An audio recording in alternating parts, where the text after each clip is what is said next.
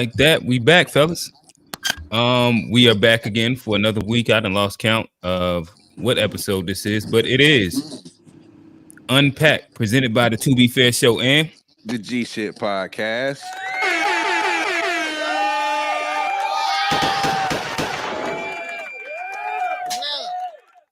And again, we back with another great conversation with an amazing panel. Y'all read the caption, y'all seen the artwork, y'all know what we're getting into. We're gonna talk about some of that American dream. Some DEI, some nepotism, some black nepotism is in the news. Some intersectionality, I guess. We're gonna get into some DEI. But before that, I'm gonna allow the panel to kind of go through and introduce themselves. So to my I guess I always mess up. To my right on the screen, at least. G. Appreciate everybody tuning in. It's G, host of the G Shit Podcast, where we focus on family, friends, finances, freedom, and our future, and fuck everything else. Make sure you tap in on your favorite platform at GSHPOD. Hi. Yes, sir. Talk to him, Johnny. What's up? What's up? It's your boy Johnny P. 1/3 of the To Be Fair Show. You can catch us every Sunday 4:30. Definitely honored to be welcome on the panel again. Looking forward to the discussion. We already got some questions up there, so I think this one's gonna be a good one. Ready to go. Below we got the mayor of Charlotte. Talk to us. Yo, what's up, man? It's your boy A Black. You can follow me at Mayor of Charlotte. Also, just launched my new series of Free Black Men. It's an interview series that is focused on basically sitting down with black men that are doing extraordinary and out the norm type things and positions and jobs. So look out for that. Got a lot already recorded and a lot more on the docket. So check. Where can they find it at? Right now, just follow me at Mayor of Charlotte. I got on Instagram. Also, my YouTube is youtube.com/ablacktv. But yeah, you can check it out. Either one. I bet. And we missed you last week, but he's back. FBA Trey, talk to him. What's good? What's good? I'm here again, just as a guest on the show, just doing my best to be good advocate as I can for my lineage as a foundational Black American. All right, sounds good. So I guess maybe let's start off with a little fun first. As we know, this past week we did have the presidential debate that happened. I'm gonna play this and then I'll let it get some of y'all response on y'all thoughts on it. We're able to make every single solitary person eligible for what I've been able to do with the with the COVID. Excuse me, with dealing with everything we have to do with. Look, if we finally sure that we're able to make. So nonetheless, again, we will be speaking on this panel about diversity, equity, inclusion. We'll be talking about some affirmative action. A piece of that is like one of those words where they like start throwing like intersectionality and they throw like ageism in there, and making sure that people of all ages are able to apply and be in jobs. I don't know, maybe president might be one we might need an age cap on. But before we get too far into that, I'd like to get y'all quick thoughts on last week's debate. We can start with you, G, and just go around. Man, the quick thought is like, I mean, America as a whole, like this is like we're just a big reality show to the rest of the world. We got these two candidates, this two-party system, and it's like nobody's talking about anything that has to do with being the president while they up there. Like it's just very shallow, no substance, and just overall entertaining, no question, but very disappointing that this is where we are as a country and these are the candidates that we allegedly have to choose from, one or the other. Man, I think it's sad. And I think just to finish this point here, I think it's unique too, or it's interesting rather, that Democrats criticize Republicans for blindly endorsing Trump, even though they know Trump is not fit to be president, but yet Democrats are blindly endorsing Joe Biden when they know damn well he shouldn't be representing the party here going into the election. So it's just interesting to see the hypocrisy on all sides here. It's a WWE at its finest. It doesn't matter how you feel. You jabroni. Right, Johnny. I mean, I'm kind of in the same place. Like, you know, me and you, we've had conversation. I'm a big advocate of third party. I think there's other options that, like, as a people, don't get explored enough. I think this past debate was a very fine example of why we probably should have more than just two options, and we probably should look at all the candidates. It's a little disheartening that even after that, we still trying to talk about, like, trying to make it work and trying to defend, you know, what we clearly see is somebody that's unfit. I dig it. Hey, Black. Yeah, man, the shit for me was absolutely hilarious. Like I knew it would be. Like when I tuned in, I wasn't expecting, you know, nobody to blow my way. I was literally tuning in like for the comedy, and they did not let me down. Like hearing them argue about who was the oldest, who could swing a golf club the furthest. Like I loved every bit of it. You know, and like they say, it's like saying people blindly follow Trump. It's the same. It's on the same shit. It's like, but one thing that's different about this election is you already had a Trump presidency. You already had a Biden presidency. So it's like, I don't really get the whole fear mongering thing about like, oh, if we get Trump, this is going to happen. It's like, the president don't really run shit at the end of the day. I mean, the banks and the corporations run shit. That's really why they hate Trump, because, you know, he one of the few people to ever run that have his own money. So he don't really got to answer to a lot of people like the typical candidates that get financed by these lobbyists, these corporations. But the shit is funny. Like, Joe Biden he's old as fuck. He got to get out of here. This dude cannot speak. Like, I thought this shit looked like Weekend at Bernie's with this dude up here talking. And then Trump criticism, like, oh, he up there telling lies. You know, maybe he is, but who ain't went to a job interview and lied? You know, everybody lied job interviews. You know, you put your best foot forward and you get in there and then you do what you do. But I'm just not buying into all the fear monger. I'm not like a Trump supporter. Like, I'm not about to get the hat and go, you know, march on the Capitol for the nigga. But he also doesn't scare me. Like, I feel like their only tactic is like putting fear of like what Trump could do and all of this shit. Like, he's already been president. His shit wasn't that bad. You know, he didn't put niggas in slavery. He didn't stop you from getting money. A lot of people probably got more than they ever got. So I'm looking at the dude who has been president, who didn't do nothing. He campaigned for niggas. Like, I don't even know if people's loans, student loans, if y'all got student loans, did y'all student loans get cleared yet? Like, Nah, they ain't clear minds. I ain't gonna lie to yeah, you. so like he ain't did nothing he said he was gonna do for niggas. It's like, but now they back on their shit. They got Kamala out. She had the BET Awards. Same old same old shit. It's like, come on. Democrats just really insult black people's intelligence, and they let them every time. And I almost want to vote Republican just out of spite, just because I hate how they try to like pander and do the same shit over and over again. Don't do nothing for you. Like, that's what's crazy to me. You had an example of both of these dudes as presidents, and one really didn't do nothing for you, and he's not going to. But shit was funny. Gotcha. Trey. I didn't even catch the debate, but I caught a lot of the recap. I was in the DR, and that was the difference. I'll tell y'all about that later. But man, the shields are in the panic now. Yeah, he really on the passport, bro. Shit.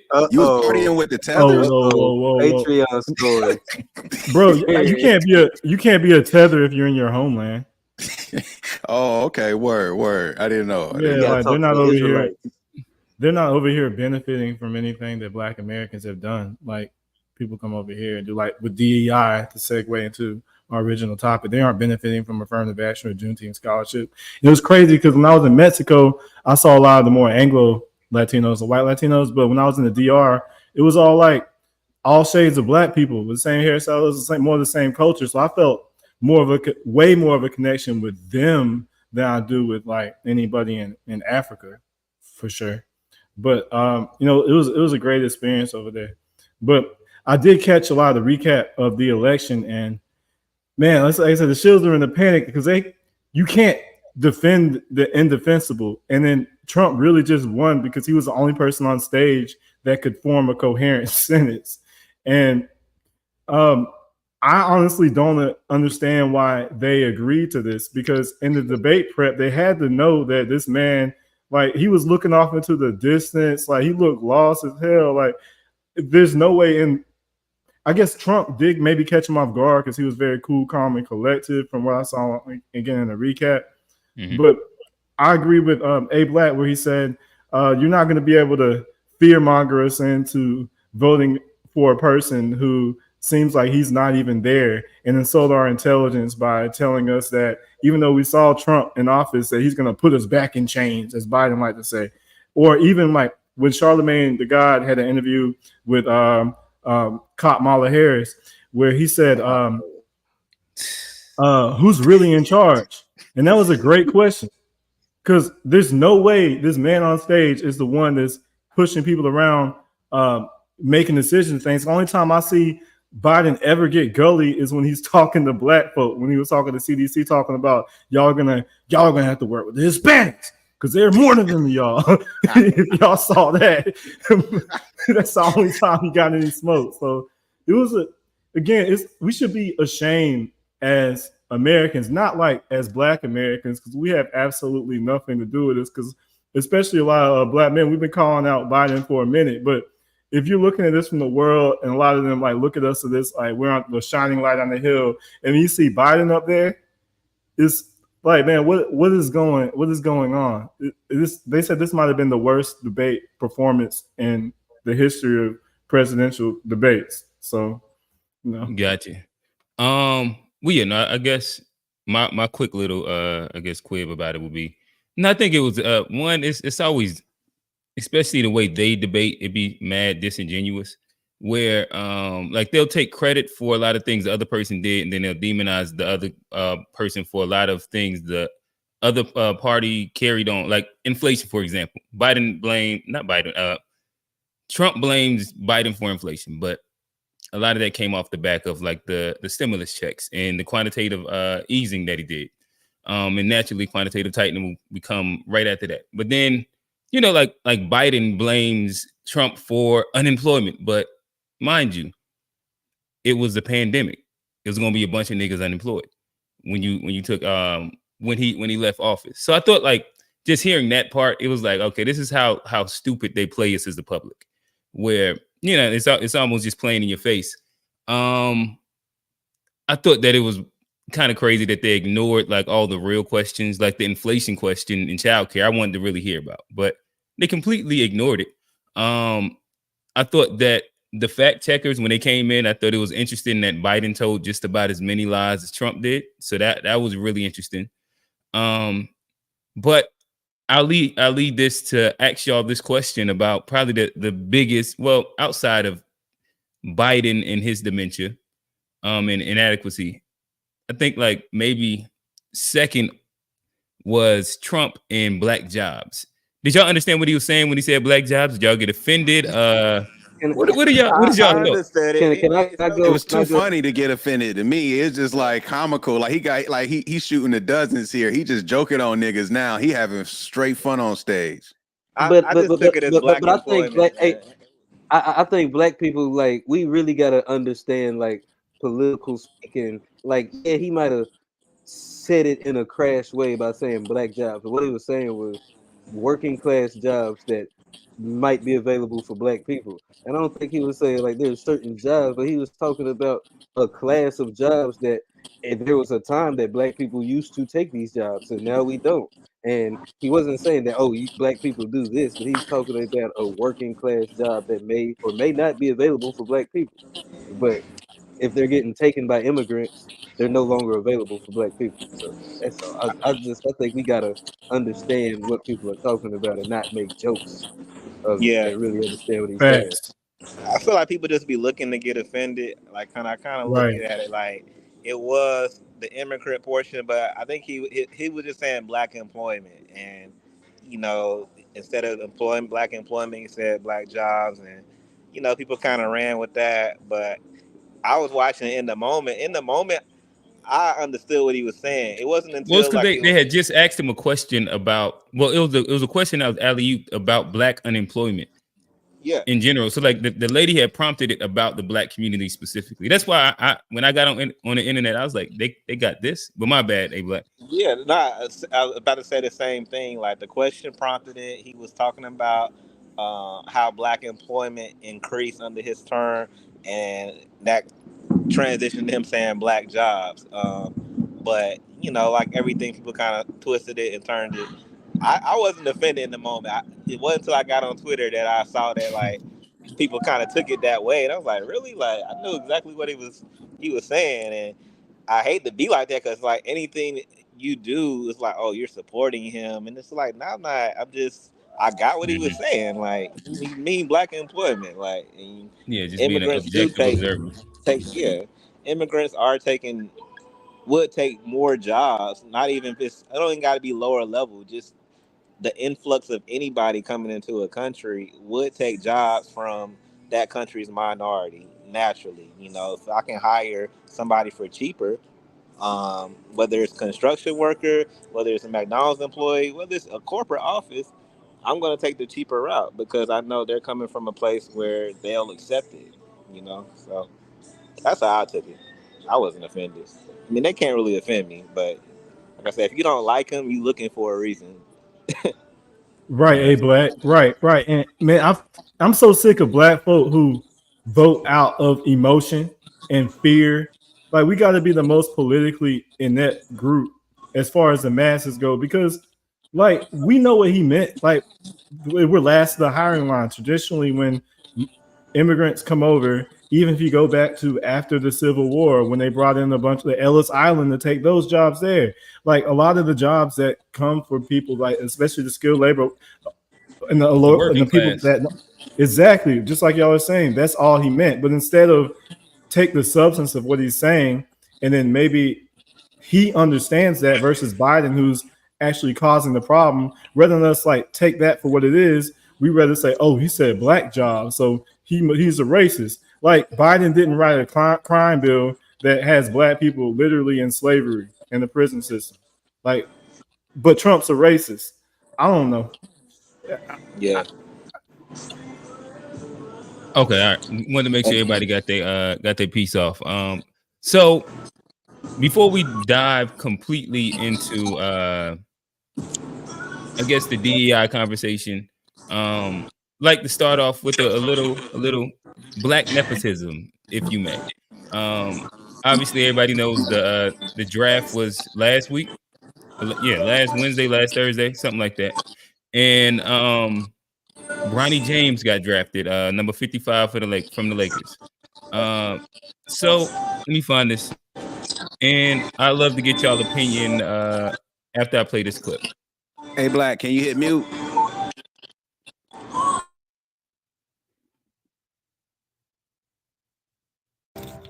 Let's talk about the term nepotism. I see a lot of people talking about Ronnie James don't belong in the NBA. I'm gonna tell you something. I don't care what nobody say. Anytime a black kid is privileged, it's a problem. White people benefit from their privilege every single day. Whether he's there earlier, whether he gets there later. At the end of the day, his dad is LeBron James.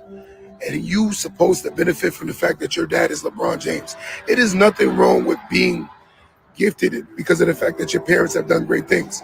It's sad that black culture look at it as a problem for the fact that your dad is definitely special, so therefore you're supposed to benefit from the fact that your dad is your dad. I'm gonna say this on record. Someone gonna get mad, I don't care. White people have been doing this for generations and generations and generations. Nepotism is completely ever-better in white culture.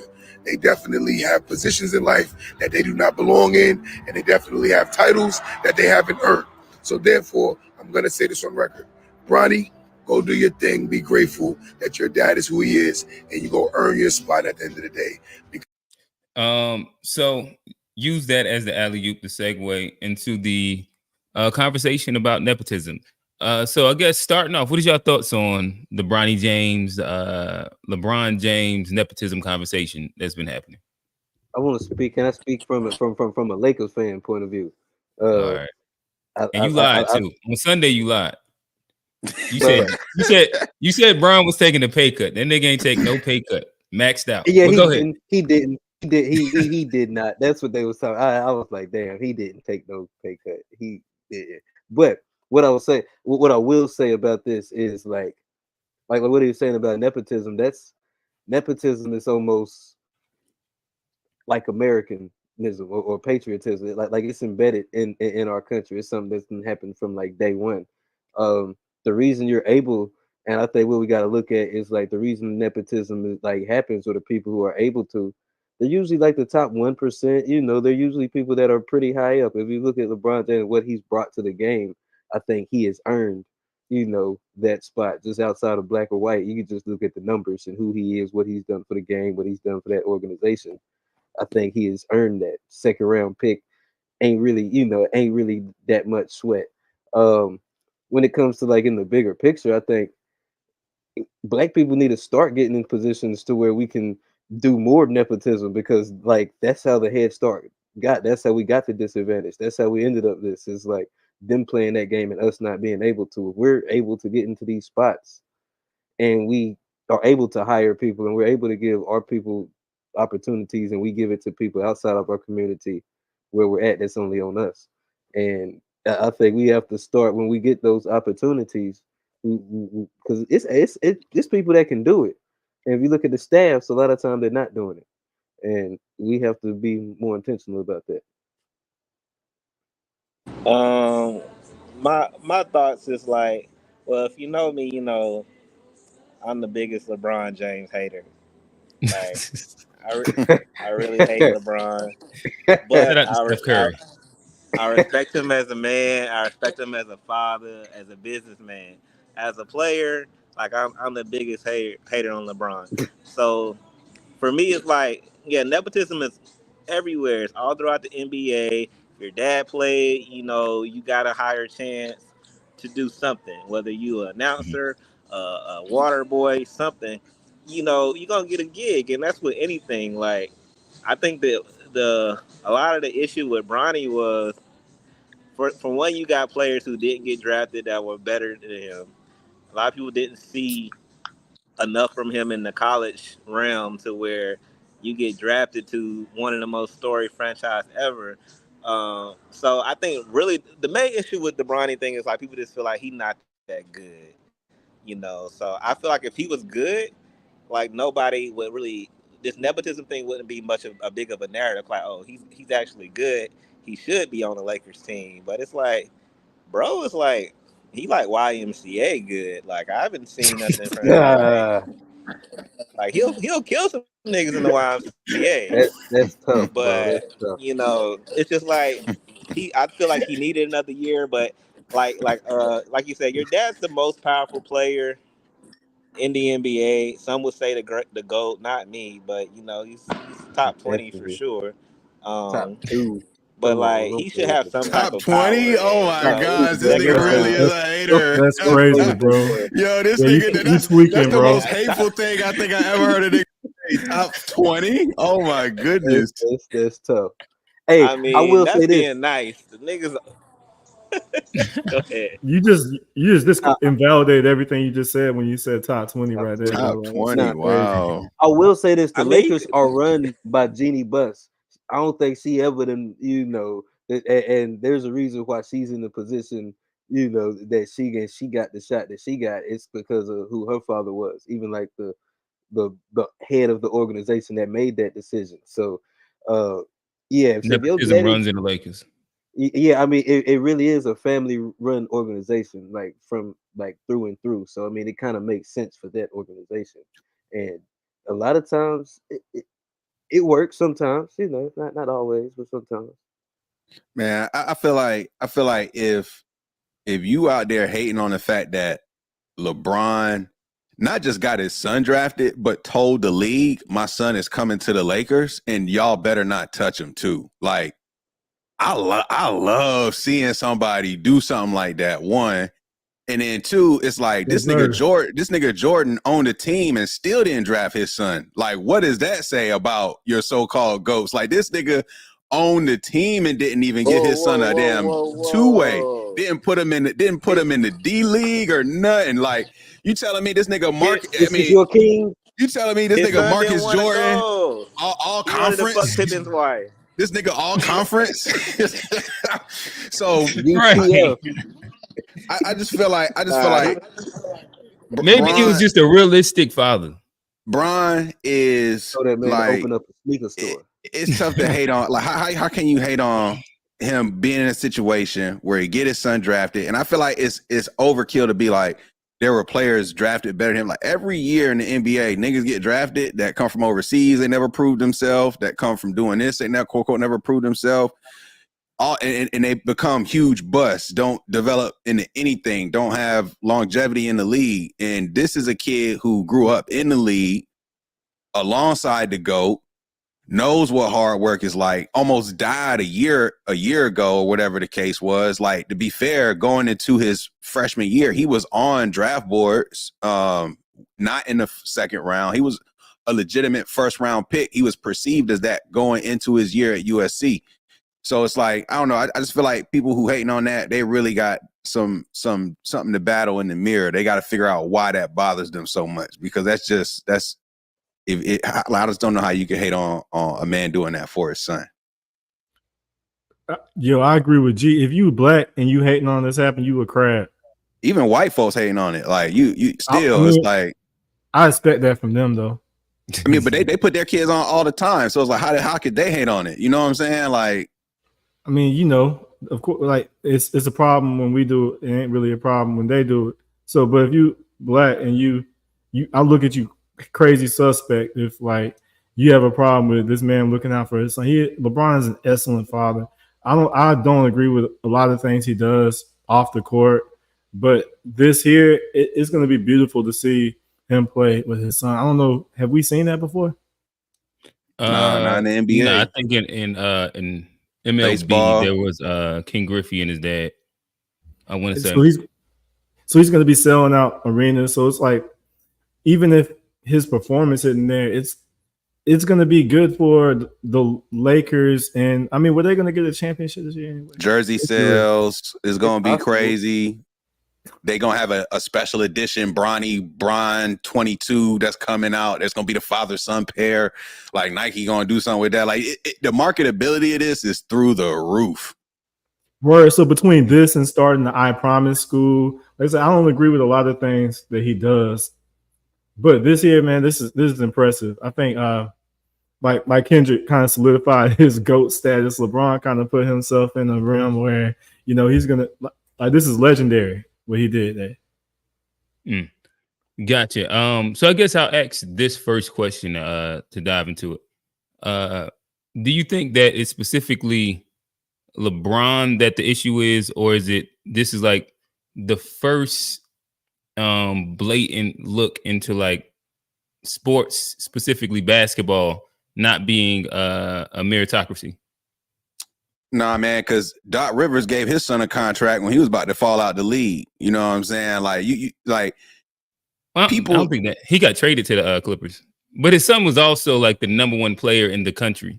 He gave his son an extension when most would argue he was out. Like, he got him via trade and he got him an extension. Most people, it would say that was even part of why the Clippers fell apart was when Austin Rivers joined the team. I've heard some former players mention like, well, he gave his son a contract, basically. Like, I see it all through the league. As a player, had earned that though. Like, he was nice though. He was a nice player. Like he got contracts afterward. It's a version of nepotism, but do you think it's on par or close to as like this version of it, where I'm telling you when my son's gonna get drafted, where he's gonna get drafted, and whether he's good or bad, he's getting drafted.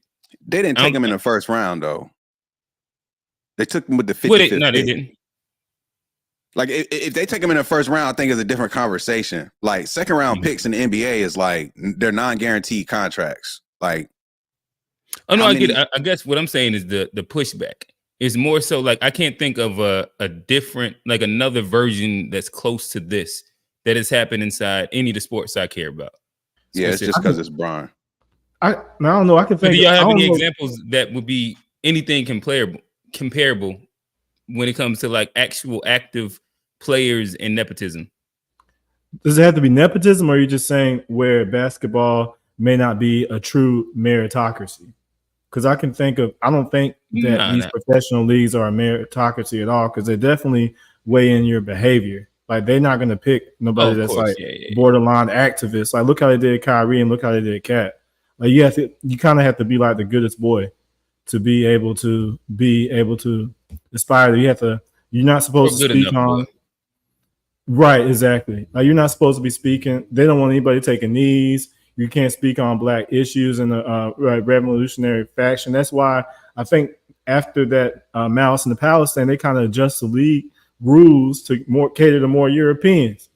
And also they're kind of like even in baseball, like they kind of go out of their way to recruit foreigners, even though, Black Americans, on a true level playing field have always, like outperformed. Even if you go into like look at how they're fighting. Dominicans be going crazy in baseball. Anything south of the border, they be going crazy. So what happened? What? But they don't. I'm saying, look, in the black neighborhoods, they don't play baseball no more. No. It's too expensive. It's too baseball. The sport. You need a bat and the ball. You need gloves. I mean, you gotta buy those things. If we was to get into a basketball conversation, it's that sport is also getting gentrified and it's getting priced out. Like it's a whole bunch of gatekeeping that just comes to being able to be any version of a decent basketball player now. And it's not going to your park and playing inside like whatever neighborhood that anybody that's decent has like the route to doing. I think they say football is the last trench baby sport that's left. And they make it that way because our parents' generation wasn't rich, but they were able to play baseball. Say it again. Sure. Oh, I was just saying, in our parents' generation, they weren't balling, but they played baseball way more. But it seemed like this new generation just kind of has abandoned the sport, and it seems like they cater to, because you even see how the Major League Baseball like sets up like camps in these like Dominican area, like Sammy Sosa areas, and there were Hispanic regions, and I think that they have to set things up to prevent Black folks from being able to excel. Like even look at like how if you fight in football or if you fight in basketball, it's totally different than if you fight in hockey. Like you're not allowed to fight as a Black person, but all the white sports fighting is cool. So there's like set up these different things that just kind of these barriers. And I get it. I guess my own personal experience would say that I stopped playing baseball because basketball and football is just way more fun. Like the amount of action that actually happens in a baseball game, it gets really, really boring, in my opinion.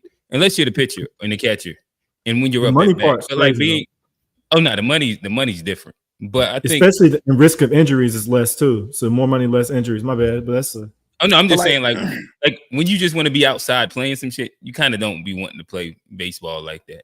But like you can be an individual and go do your drills somewhere playing basketball, even football to some degree. Like there's certain drills you don't necessarily need equipment. You just need some space to do your thing. With baseball, like you need equipment to do batting practice or a partner or something. Like you almost need a partner for all of it. For almost all of it. And when you talk about being a part of one of these teams, like, okay, yeah, AAU is expensive. You got to pay for uniform and some shoes. But baseball, it's more than just uniform and shoes. It's the gloves, the bats, the pads. Like it's just a more expensive sport overall compared to just one basketball that can be split across 10 people. You feel what I'm saying? Like it's I think it's a barrier there for sure. Is the bat, a glove, and a ball that restricted? Yeah, I don't know if I specifically agree with that. I think that, like I said, if I'm just going with my own experiences, and I'll give you like a basketball tournament weekend in general. Like, you're gonna pay for you're gonna pay for the parking. The parking gonna be, depending on where you at, 15 to 20 a day. It's like you pulling up at like the strip club or some shit like that. Getting in per day, they almost priced it up to like 25 to 30 to see your kid play per day. And that's, your kid might be playing 1 to 2 times a day. I mean, 1 to 2 games inside that day. But then the team that they're playing on, if they're not like in high school, if you high school under, naturally it's getting closer to like 800 to 900 for the travel ball season. And again, that's not including travel. But then on top of that, you're going to have to pay for trainers. And like any kid that's halfway decent is probably training 2 to 3 times a week. Trainers are now, they cost between like, I don't know, like 25 to 75 an hour. And this is like the money pot that gets dished out every single month. Most teams play like 2 to 3 tournaments a month. Like, it's a huge industry. It might be one of the biggest industries, youth basketball. That's the same for baseball too. The travel. No, it might be, but I guess what I'm saying is that yes, yeah. Is A-Black talking to us or somebody else? I don't know. Who said A-Black? Okay, oh no, he was talking to somebody else. All right, cool. So I guess we'll end this meritocracy conversation with this. It doesn't seem like there was not meritocracy, nepotism conversation off with this. It doesn't seem like there was a lot of pushback in the idea that it was wrong. So I asked the question, so we'll use nepotism as like an example of it, but I'll ask, do we hate the systems, or we just hate the fact that we aren't active participants always in these systems? It seems like we like Black nepotism, but we kind of hate on and don't like nepotism in general. If you look at Claude Anderson, there's like discrimination with the dollar. And that's what is preached, but we don't like discrimination to us in general. So I'll leave that. I'll throw that in the air. Do we hate these systems? Do we hate nepotism? Or do we just hate the fact that we can't be active participants in it? Well, part of the system is that we can't be active participants in it. But if we could, we would. Yeah, but if we could, it seems like we don't mind it. Like, it's like, oh, well, shit, they do it. That's a big if, because the entire problem is that we have barriers that other groups do not have. So of course we don't like a system if we can't participate. So when we finally get to participate, then it's not about the system, it's the restrictions and the targeting that we face that other people don't. And I think basketball is, you can say it's not meritocracy, you can say it's nepotism, but LeBron would not have been able to make this possible if not for his level of talent, which is, generational. So in that sense, it is sort of meritocracy because nobody gave him anything. It's purely this is purely on the weight of LeBron James' talent, not like who he knows or anything like that. My fault, G. You were saying something? No, I'm saying not even his talent, his actual production. Like LeBron didn't get this power because of he's so talented. You know what I'm saying? He got this because he carried the NBA for 20 years, like put the whole league on his back. Like, well, I think that's an exaggeration. But see, Steph Curry. But I get what you're trying, like the point you're making. I think that was the same way that like when he was right. Said, hey, you was right, G. You was right. Yo, Kobe didn't exist for a while. Like Curry didn't have a right. LeBron ain't carried nothing. y'all are tripping, bro. Y'all are. It was just Bron. I guess I'm comparing Curry to LeBron. We're talking about 20 years. The last 20 years specifically. Like, Boy, supposed to be the GOAT back in 03. He went to the finals for like 9 straight years, bro. Like a whole decade of going to the finals. I'm not specifically trying to argue like if LeBron is good or not. It seems like maybe y'all are trying to devolve the conversation into that. I guess what I'm saying is that 20 years ago was 04. Kobe Bryant was flagship right then. I think Kobe Bryant was flagship almost, and there was a bit of back and forth to it, but you still had all of the guys. Like in 04, AI was still a guy.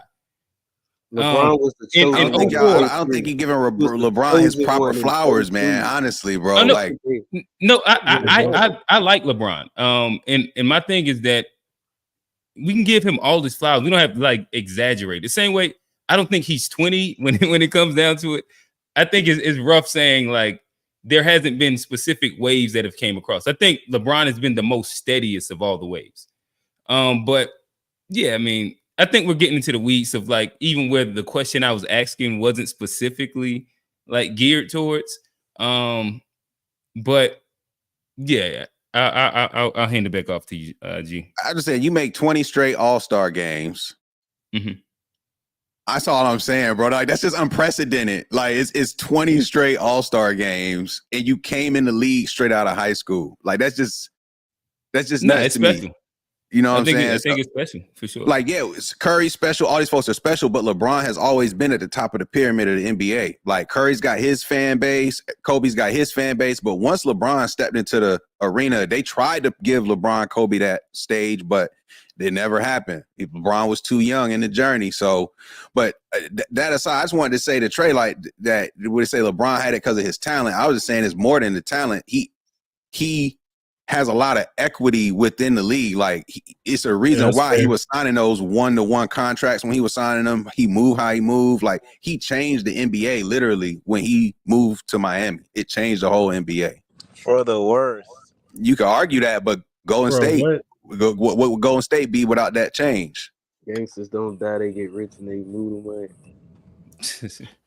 Again, hey, fellas, it's not like we might have to have a LeBron conversation. This has too many legs to kind of dive deep in. Yeah, G keeps trying to like throw bait out there. I think we all can agree that at least we can all agree LeBron might have to do that. A Black said he a top 20 player, bro. That's crazy. That's being nice, man. Because I mean, I think he's the most overrated player of all time. Like you trolling, bro. He ain't changed the league. He's the leading scorer of all time. Curry. I mean, when you're a stat patter, you should be, but nobody cared about Kareem Abdul-Jabbar being the leading scorer. They were still calling Jordan the GOAT. Like nobody. Now he dissing Kareem. That. Wow. Like okay, Kareem overrated too. Right? Hey, now listen. We'll actually revisit this. We'll definitely have a Jordan LeBron conversation.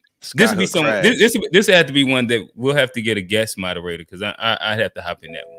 I don't know if I can like be specifically unbiased, but let's get back on track. So asking the question, I know Trey he answered, but I'd love to get everybody else's answer to it. This is like taking LeBron out of this conversation in general, and just speaking.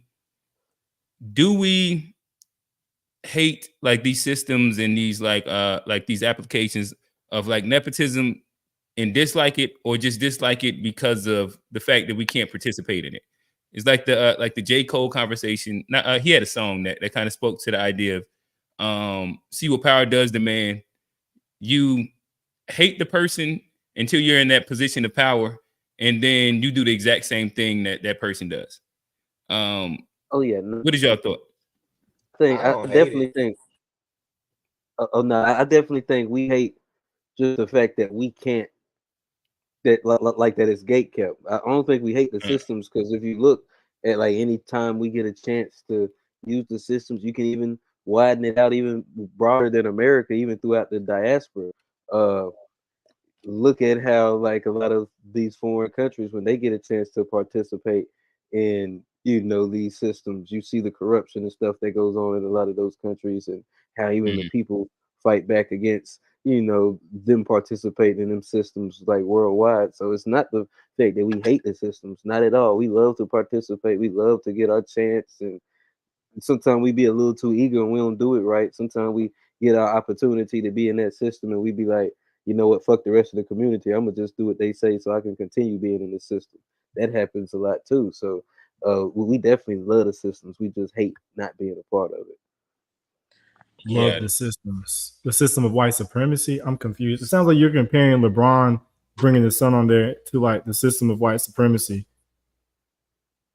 I don't think we were talking specifically about white supremacy. I think we were talking more about like So what capitalism systems are we talking? and not being able to participate. So I guess, Trey, if I was to answer your question, I'd say we're just speaking specifically like the concept of nepotism. Do we dislike so if we just use that isolated thing? Let's move LeBron away. We're not using LeBron anymore. This has nothing to do with LeBron anymore. And we're just speaking. Okay, so it seems like we do accept and have no problem with like the act of nepotism, because we're saying like, all right, cool. LeBron has built up the equity and the merit to be able to have his son play in the league, and it's deserved. And that's cool, right? So do we actually have issue when whether that's Jerry Jones is doing it, or that white man that got the business up downtown and all this people are inside the executive suite of that company? Do we actually dislike that, or is this the fact that we don't have the ability to practice it at the moment? And hopefully we'll get the power to practice that, and then we'll do the same shit. It's not pure nepotism though. My bad. Go ahead, but hey, Black. Yeah, I think traditionally nepotism has benefited white people, specifically white men, which has been the historical issue with it. I think, as far as in general, every man wants to build something that they could give to their kids, whether you black, white, or whatever. You know, the goal is to make it easier for them. Now, you want them to be, of course, qualified. You're supposed to train them up and have them shadow you and get them ready to take over your business or put them in this position. But I think that's everybody's goal. So, like I said, I think the negative side of nepotism has been like, it's been white men passing it down to privileged sons who are unqualified for different positions or whatnot. They didn't train them. There's been, countless people better for them than the position, but I'm going to give this to my son because I want to keep it in the family or whatever. And I think that has been like the historical issue. But I think we all strive to be able to build something that you can pass down. The whole thing is like, you're passing it down. You've trained them, you've taught them, you sent them to the schools. They're qualified for this pass down. So it's not like so many people that's way better for this position. Like, yes, my son, but I trained him. I sent him to the best schools. He shadowed me. He came to the office with me. I groomed him for this position. And I think a lot of times with white men, they don't necessarily always groom their sons. It's just like, I'm giving you this and it's whatever. And then you can hire people that's smarter than you and let them do all the work. But you're going to be the face of the business. You're going to get the most money. You're going to be the CEO. But yeah, overall nepotism, it's nothing wrong with that. You're supposed to be able to give it to your kid and let them take and continue your legacy and continue to build on what you started.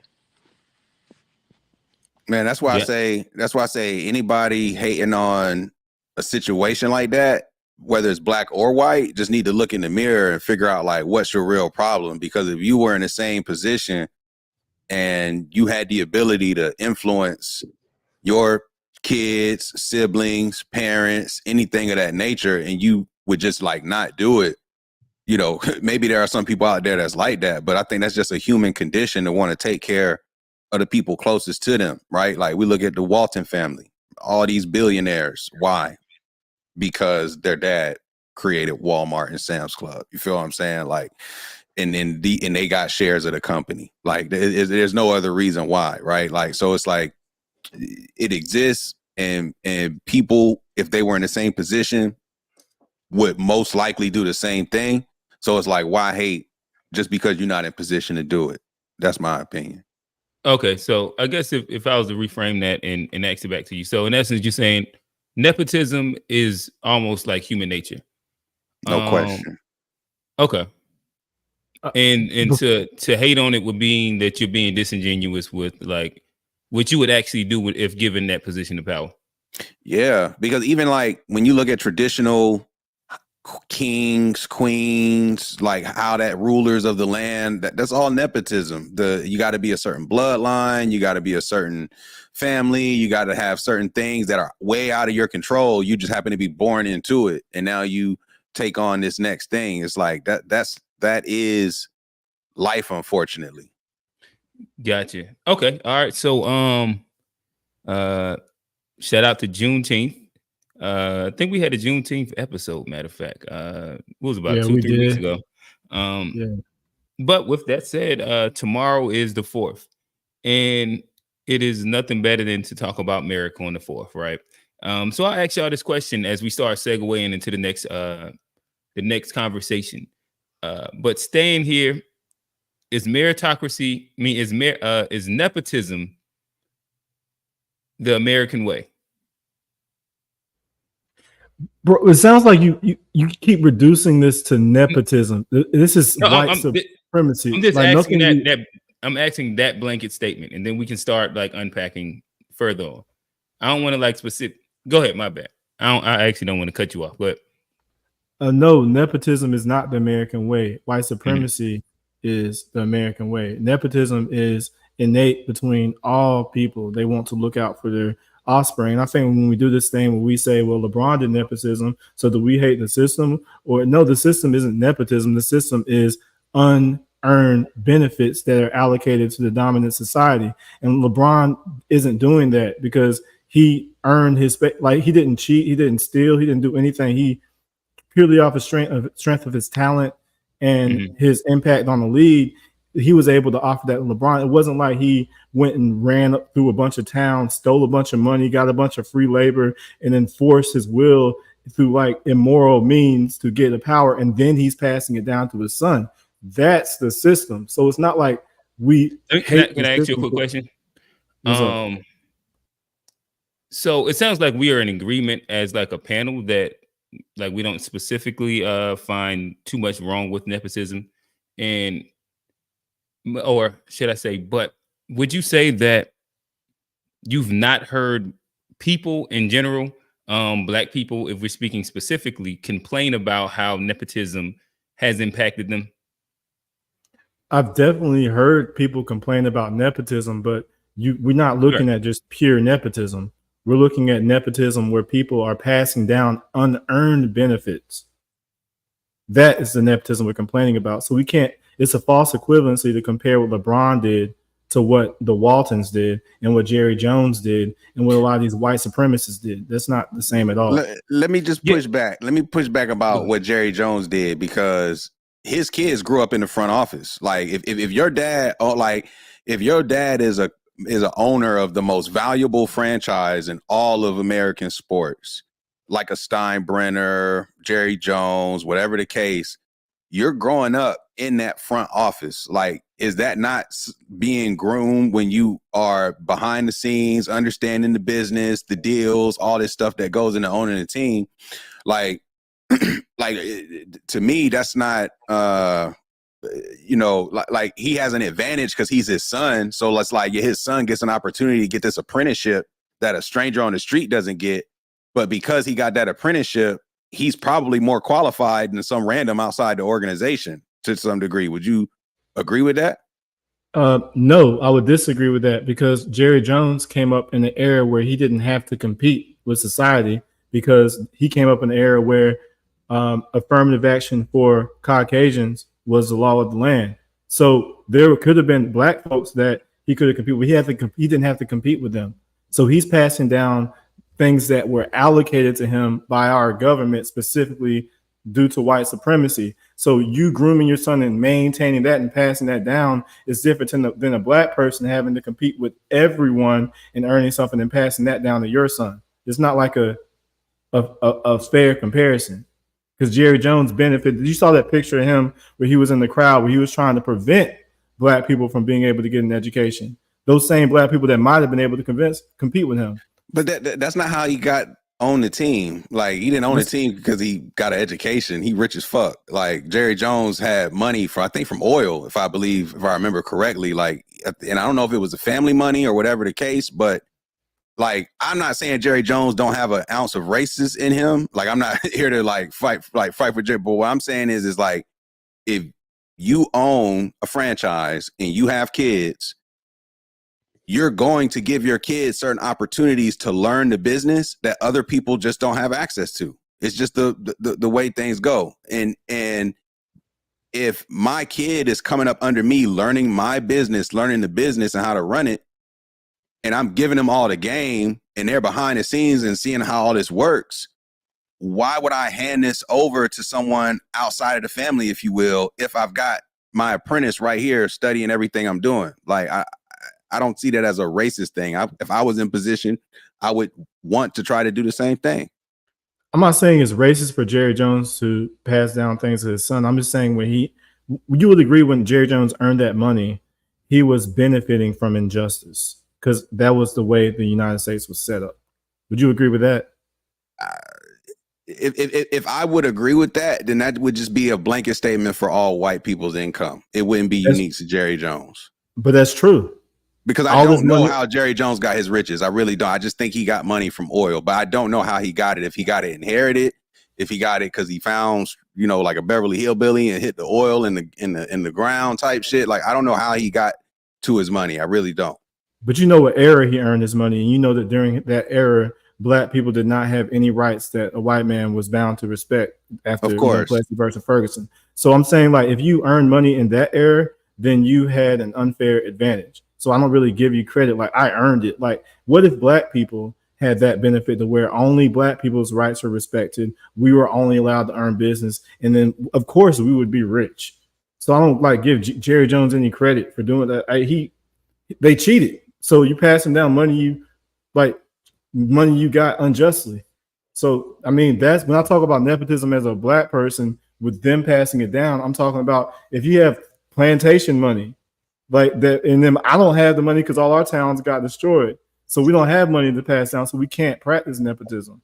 That's what makes this LeBron situation unique, because it's one of the rare opportunities where sports is hard to really make anything other than a meritocracy, because it's purely based on your athletic performance, versus the business realm where Jerry Jones earned his money that was not based on performance.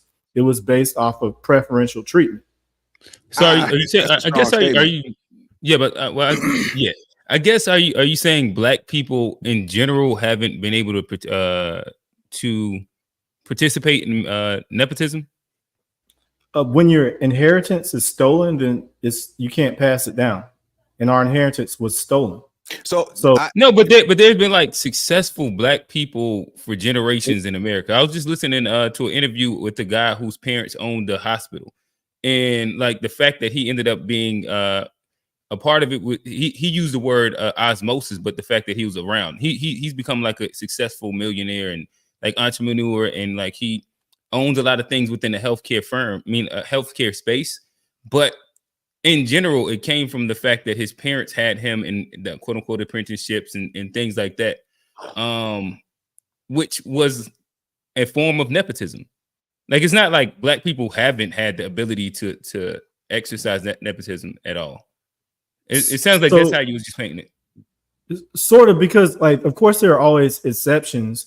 And if you go by your logic, then like with Black people, I guess since we had opportunities, like you're saying, and then you, like Charlamagne was saying in this interview with Bill Maher, where he said that Bill Maher said, do Black people really have to work 10 times as hard? And Charlamagne was at least 5 times as hard. So if we have a fraction of the success, it seems like by your logic, it's because we're a fraction capable.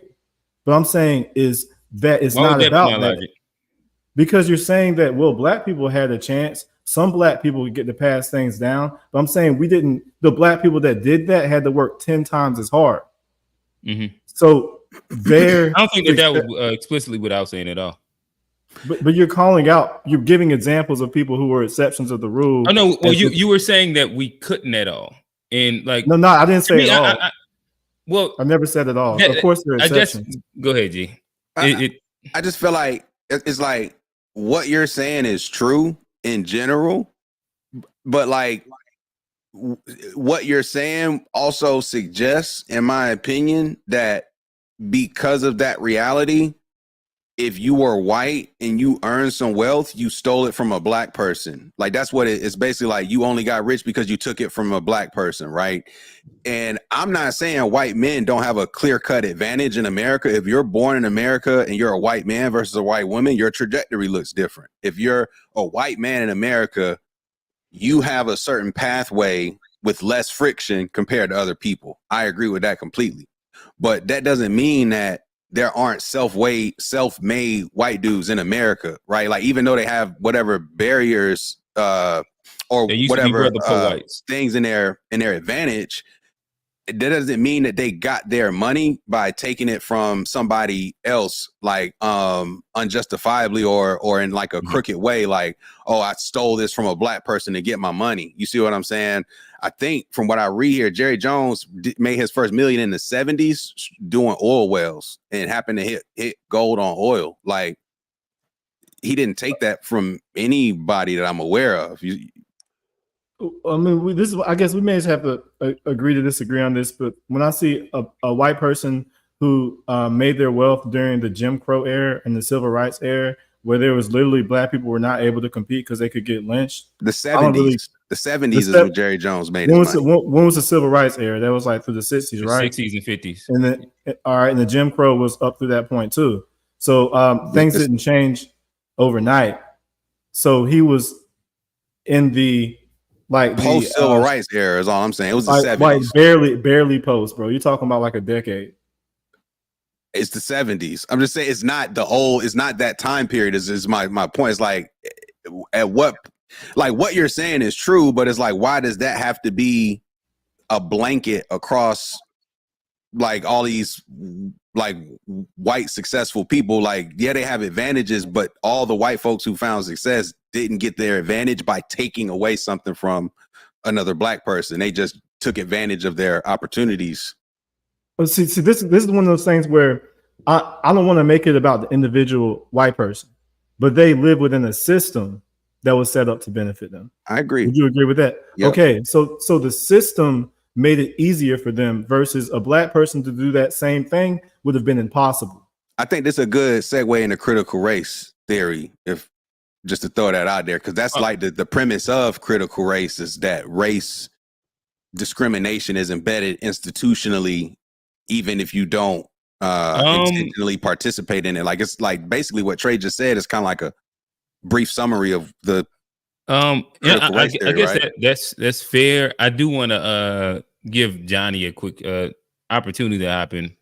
He been down there kind of quiet for a second. Oh no, before we move on.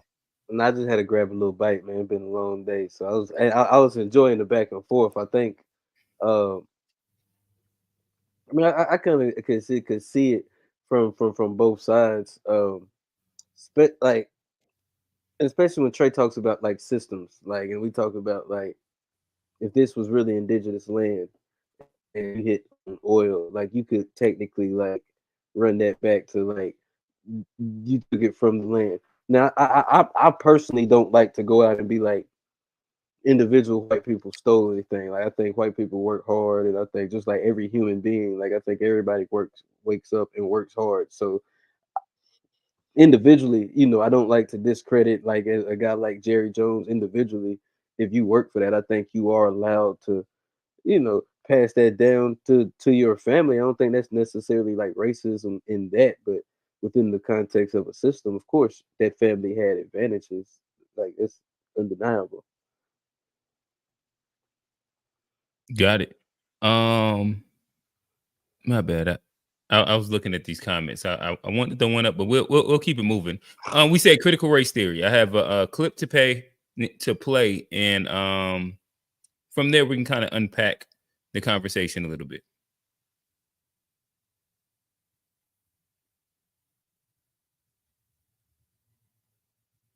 It's not often called CRT anymore. It's called diversity, equity, and inclusion. It's called all these different names and labels because of how divisive of a thing that it is. And I think at the end of the day, the big thing here is that let's teach Black history. No one on the right is saying, do not teach Black history, do not teach slavery. If we forget those lessons of the past, we're bound to repeat them. But what we're also saying is that stop being vindictive towards white people for being white. No one alive today was a slave, and no one alive today owns slaves. And so for white children to sit in a classroom and be blamed for sins that they themselves did not commit is wrong. For Black people, for Black children to sit in a classroom and be told that because of the color of your skin, well, it doesn't matter how hard you try, you're really not going to go that far because the society hates you, and then you have all these structural barriers preventing your success. That is also wrong. That is not lessons of hope. That is not lessons of opportunity. And I think that is what schools should be be about. You can't create the next generation of leaders if they are never capable of seeing themselves as leaders, right?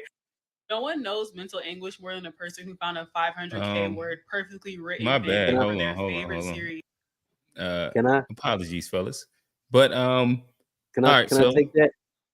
Yeah, I like you. I think there was a question at the beginning, kind of regarding my thoughts on critical race theory, and I think Buddy kind of hit it on the nail. I'd like to expand it further about like just teaching that concept, and if it's just something that's to be taught like as a blanket, we don't have the best teachers in this country. There's going to be different agendas with different teachers, and I think that specific theory is something that could be weaponized against Black people, especially in the hands of the wrong teachers. It's just like, I mean, we can look at a lot of things that the left has presented to Black people as like, oh, this is going to be what helps us. This is going to be beneficial to Black people. And if you study it long enough, you see 9 times out of 10, the back end of it is something that ends up to be detrimental, or it ends up to be something that other groups that's not necessarily like FBA can end up taking advantage of and end up getting more of the benefit than the people that it was quote unquote intended to help. So that's why I always like with stuff like the critical race theory and stuff from the left, I always have a skeptical eye on it, because I've seen what's happened before.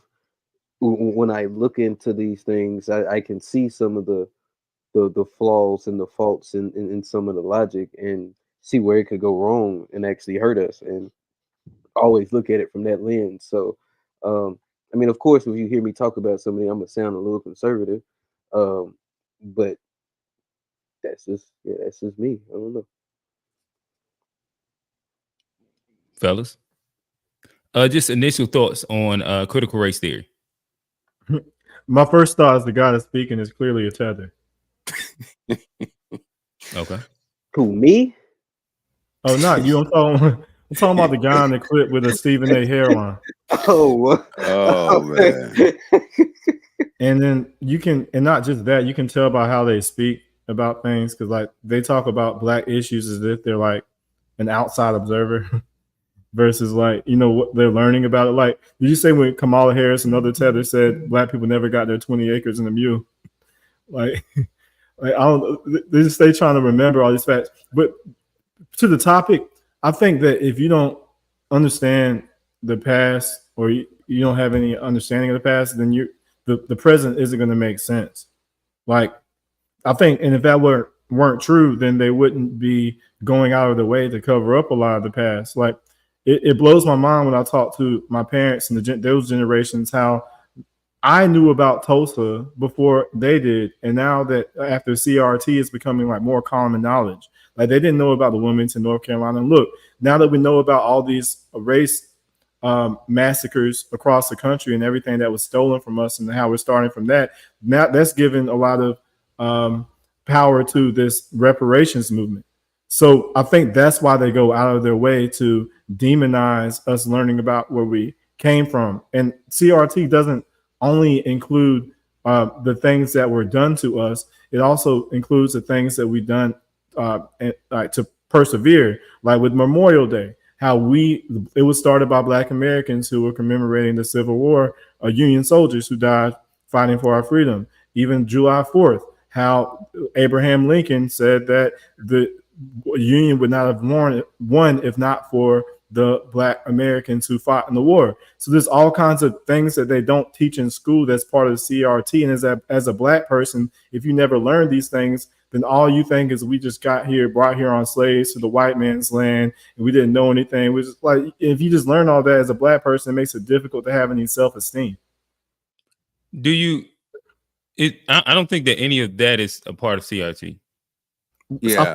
CRT is basically, whenever people talk about Black history, they call it CRT. And also CRT has kind of been made to be like a code word for pretty much like. Well, no, all right. So I guess I'm speaking like specifically to what CRT is, in which at the moment it has only been a grad school course in which they're speaking about. We spoke about pretty much like the theory that outlines CRT, which is Afro pessimism, and the idea that there is like just an innate system and structures in the racial dynamics that exist within America. It's not explicitly like a Black history course of like what happened over the past 200 years. And it's kind of like, go ahead.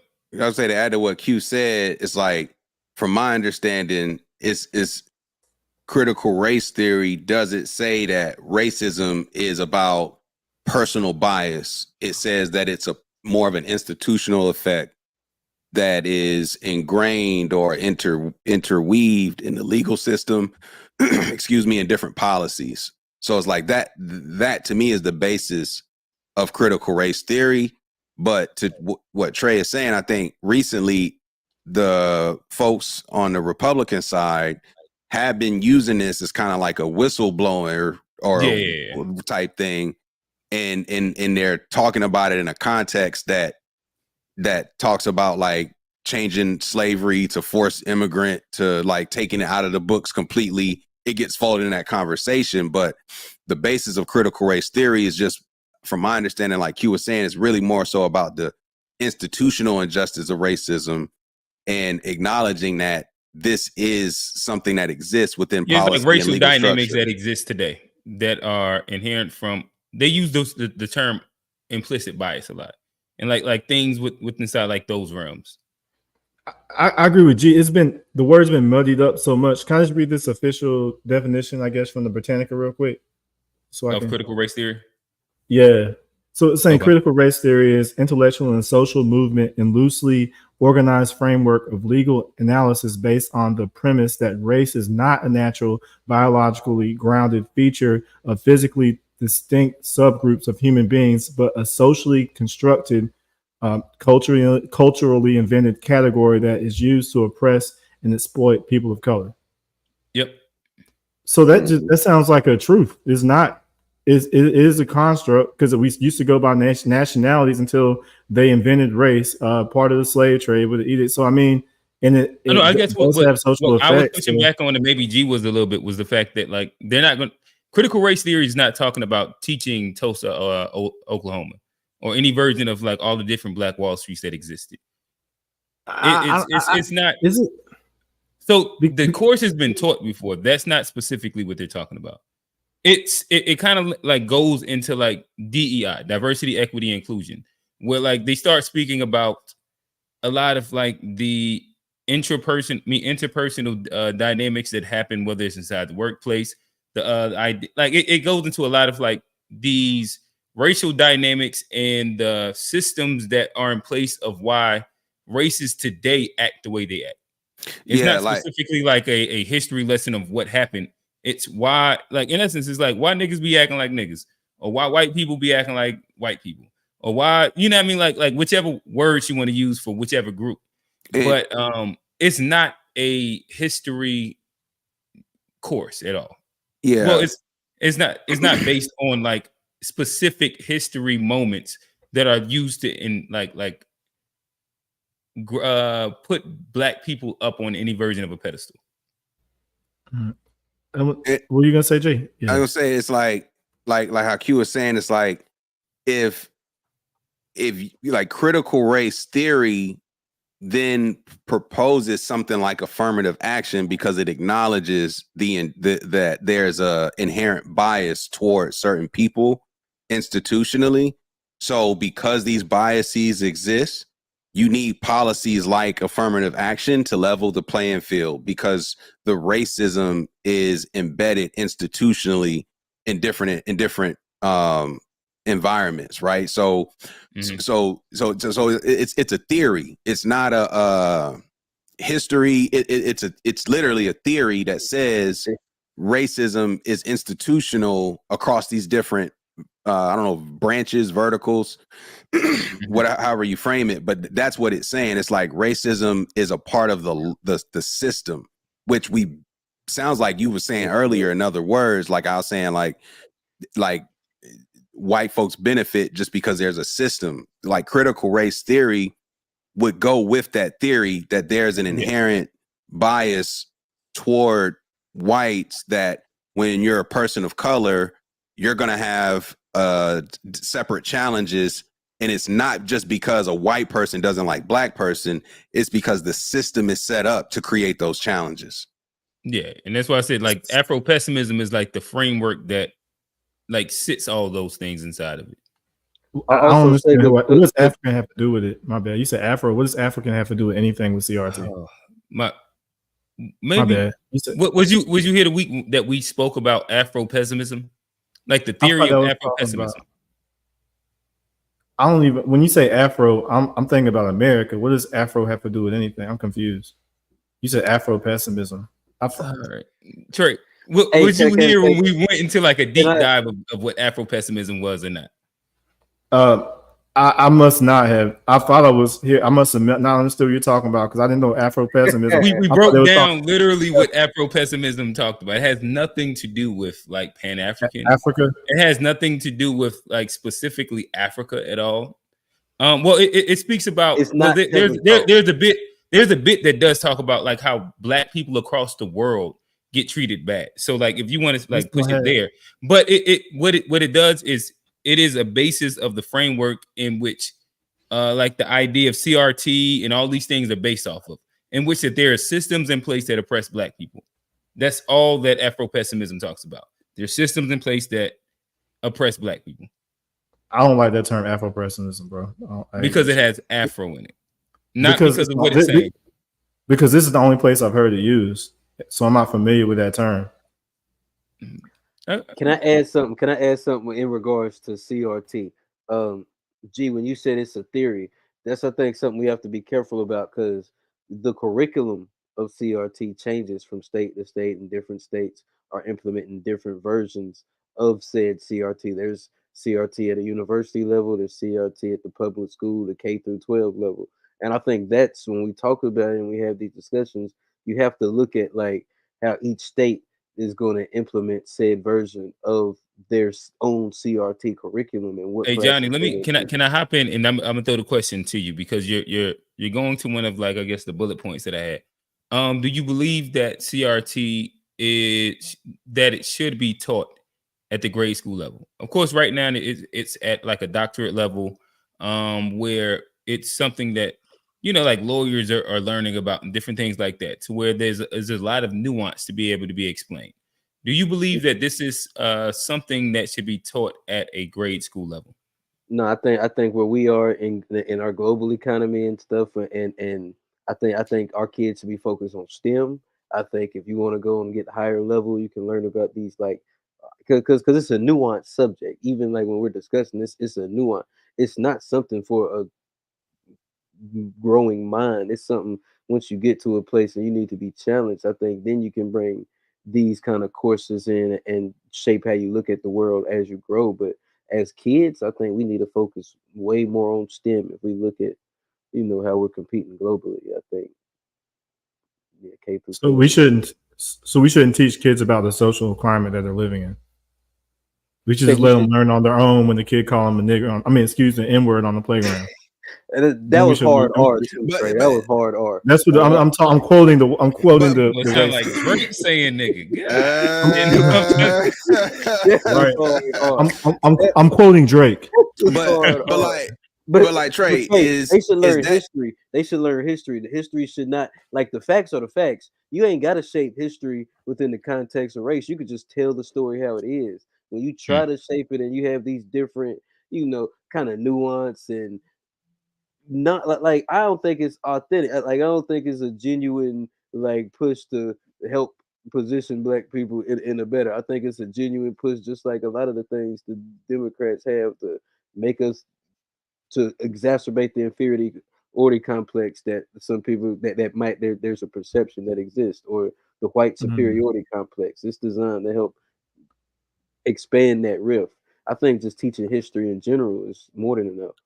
So when the Jewish people teach kids about the Holocaust, and when the white people teach kids about black people, about the racism that they pass down, where the kids are being racist in grade school, so black people is going to be last to learn. We're going to learn from the school of hard knocks. No, I think you're missing like the whole concept. It's like my question to Trey is that what we want our schools to teach, or is that what they should be learning in the household? Would be my response to that. It's like, do I want the school responsible for helping my young black child understand what it's like to be black in America, I wouldn't put that in the hands of a school system. I wouldn't. And I would. You would just teach the facts of Black history. Yeah, like I would expect them to learn about American history. Why? What? History.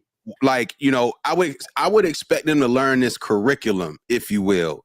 But in terms of what it means to be black, the types of challenges you might face as a black person in this country, how you're gonna have to watch how you communicate versus how the white boys communicating, because when you do it, you're talking too much and you're gonna get put in anger management. It's like these are things that you're not gonna learn in school. You're gonna learn this in the household, hopefully, or you're gonna learn it through, you know, some other means. Like, I don't know if that's what the school should be teaching our kids. Like, what you're like the way that you respond. Like, I don't think that's what I would want my teacher talking to my kids about. But they're going to talk about history. So if they don't add the context of like what was going on at that time, then all they're going to learn is that basically a Eurocentric, like kind of like a white supremacist perspective. Like, especially if you talk about, you glorify Thomas Jefferson, and as a black kid, you learn about that, but you don't learn against the fact that race was put in place there to make the black kid. So it's like you'll develop the inferiority complex that a lot of black people say stuff like, we are our one worst enemy, because if we could just get right now, we could just be good like them. So I don't know. Also, that's why. But do you think that? I guess let me ask you schools, honestly. My bad. What's up? Oh, all right. So now continue that one. Like, I was saying, I don't agree with integrated schools to that. I mean, I look. let me. Hey, hold on, wait. Like this. Hey, Trey. Hey, Trey. Let me hop. No, Trey, stay there. But let me say this. Hey, Trey, pause that, because we're gonna. The next question that I'm gonna ask once we get off of this, I'm gonna ask about like is there like proper place for discrimination? And it sounds like maybe you have an opinion, and that is cool. But I guess what I would say is that like you referenced the Holocaust, right? Like, I don't think that in schools we do not teach this concept of when what's the word that they be saying about when you don't like the people with the small hats? Like that word. Anti-Semitism. That word. All right. So they don't teach that specifically in school. And the idea that people look at you because of, and then go down like all these different little ethnic tropes that are associated with why people don't like that group of people. That's not what's taught in school. They do teach the fact that Hitler killed them and it was a Holocaust and it was disgusting. I don't think anybody, like, there's not like a real disagreement on like the fact that happened, the fact that it was bad, and then that's it. They move on. There's no actual like racial or ethnic dynamic. You read the Anne Frank diary as part of one of the books you got to read at elementary school. Like, ain't that like an American staple? Everybody, at some grade, read the Anne Frank diary, right? Mm-hmm. Right. You said they move on. I don't think move on is the last thing they do. Move on is the last thing they do. Who said move? They don't move on. What do you mean? Who are you responding to? They teach it. You said they teach it and then they move on. Like, we don't. Oh, no, I guess what I'm saying. So what I'm saying is that like they don't go to like, all right, so now in 2024, we're going to teach you about the racial dynamics of how the world views this group of people and why like all these tropes exist because of that, and why they all own this amount of things here inside this space over here of entertainment, and why they're hated on. Like, that's not a conversation that is had across the board inside like any. They just speak like they do speak about what happened inside this historical event. Same way, like I believe that Tulsa should be talked about, or like again the race riots, or like the civil rights, and like a lot of different points of the civil rights should be taught. I do agree with that part. But I think that what's more being spoke about with like CRT is the idea that should in grade school you give, whether you say just like a elementary, middle school, high school teacher with whatever background that they have, the ability to speak about what racial dynamics is to a white kid and a black kid, and be able to like effectively articulate the nuances of those things to these kids. Malcolm X had a quote about allowing enemies to educate your children. And then when you brought up Jewish people, they have schools and they have synagogues where they are able to teach their kids about these things, and they don't have to rely on the school system to teach them about them. So if we don't have that in the black community, then we're already like working from behind. Because I agree with you. But it sounds like an appeal to get those institutions then, right? Like that sounds like more so what you'll be appealing to.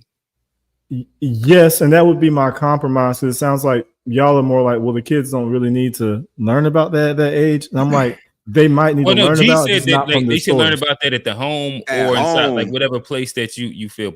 Like my thing, just to clarify, is like and I say this respectfully. If you're a public educator out there and you dedicate yourself to that career path, like salute to you, shout out to you. You deserve 5 rounds of applause. But what I'm saying is that I also work adjacent to this industry, and I know a lot of teachers who work in the public school system, and unfortunately, you wouldn't want them teaching your kids. These are not the people I need rationing things to my kids. Like, give the curriculum, my nigga. What's the test? What do they need to learn to pass the test? Like keep this shit school. Don't be injecting your personal life, your sex life, your race life, your family life, your religious life. Like, keep all of that shit out of the classroom, my nigga. Talk about the class. Is this social studies? Let's talk about that. Like, I don't agree with like even sex and shit. Sex. Listen, I done worked inside the school system for that was my first, well, probably like my second job out of out of college, up until maybe like 29 or something. Like, so I probably did like 5 to 7 years inside like the school system. And I agree with G. Like, these aren't specifically the brightest people that you want speaking about dynamics of race and culture outside of what is told to them that is assigned within the curriculum. So why is it that when Jewish kids, they can learn about how awful Hitler was, but we can't learn about, they can't teach our kids how awful these white supremacist system was in America, which was the blueprint for Hitler? You just want us to learn about math, but they don't just learn about math. No, I'm not saying just learn about math, but that's a theory instead of like a actual fact. So, like, what's a theory? Hitler killing people in general is a fact. Why he said he was going to kill him, you can look at like his manifesto. It's a fact. I forget the name of it, or I reference it right now. There is not like consensus agreement upon what like the system is, and that's why like what we say Afro-pessimism, critical race theory, they use the word theory right there, or like all the things that are built off of these concepts. It's still a theory part in which like whether we say like 35% of the country doesn't specifically agree with, and that's the issue when you get into that. Like, they teach the facts and they try and keep it more quote unquote fact oriented, but yeah, G. I just want to say my thing is like, I think there's an age where it's appropriate to have these intellectual conversations in school, but elementary ain't it, bro. It's just not. Like, I feel like because like, at what age do you even do real research when you're in public school? Right? Like just think about that for yourself. Like, when did you actually have to do real research, citations, get peer review articles? You couldn't just cite Wikipedia, where you had to do real research, have a thesis, a hypothesis, something that you thought, go find the research, argue for it, right? I feel like if you're not prepared to make that sort of approach to the conversation, then you're not ready to get into the weeds of quote unquote critical race theory, because there will be different opinions on it. And you can find, just like any, we could all be trained doctors, look at the same x-ray and give 4 different opinions on the diagnosis and what the next step should be. That's the beauty of education, having the ability to have these thoughts, research your opinions, figure it, like, you know, explore and do all these other things. I think that's a necessary thing for a young person's development, but not in a public school system where you're talking about elementary kids, is my opinion. Like, it's when you start introducing these topics to kids, it feels like more like you're trying to, I don't want to say control them, but sway them into like being herded in a certain way. Like, let's make sure we indoctrinate these kids to think a certain way, have a certain perception. You need to know about American history. You need to know about slavery. You need to know about Jim Crow, civil rights, all of these things. Like, these things need to be discussed. But like Q was saying, there's theory and then there's facts. And I think schools should stick to the historical timeline of events and not the theories that spring off from those occurrences. So what part about America being founded about demonic white supremacists is theory? It's like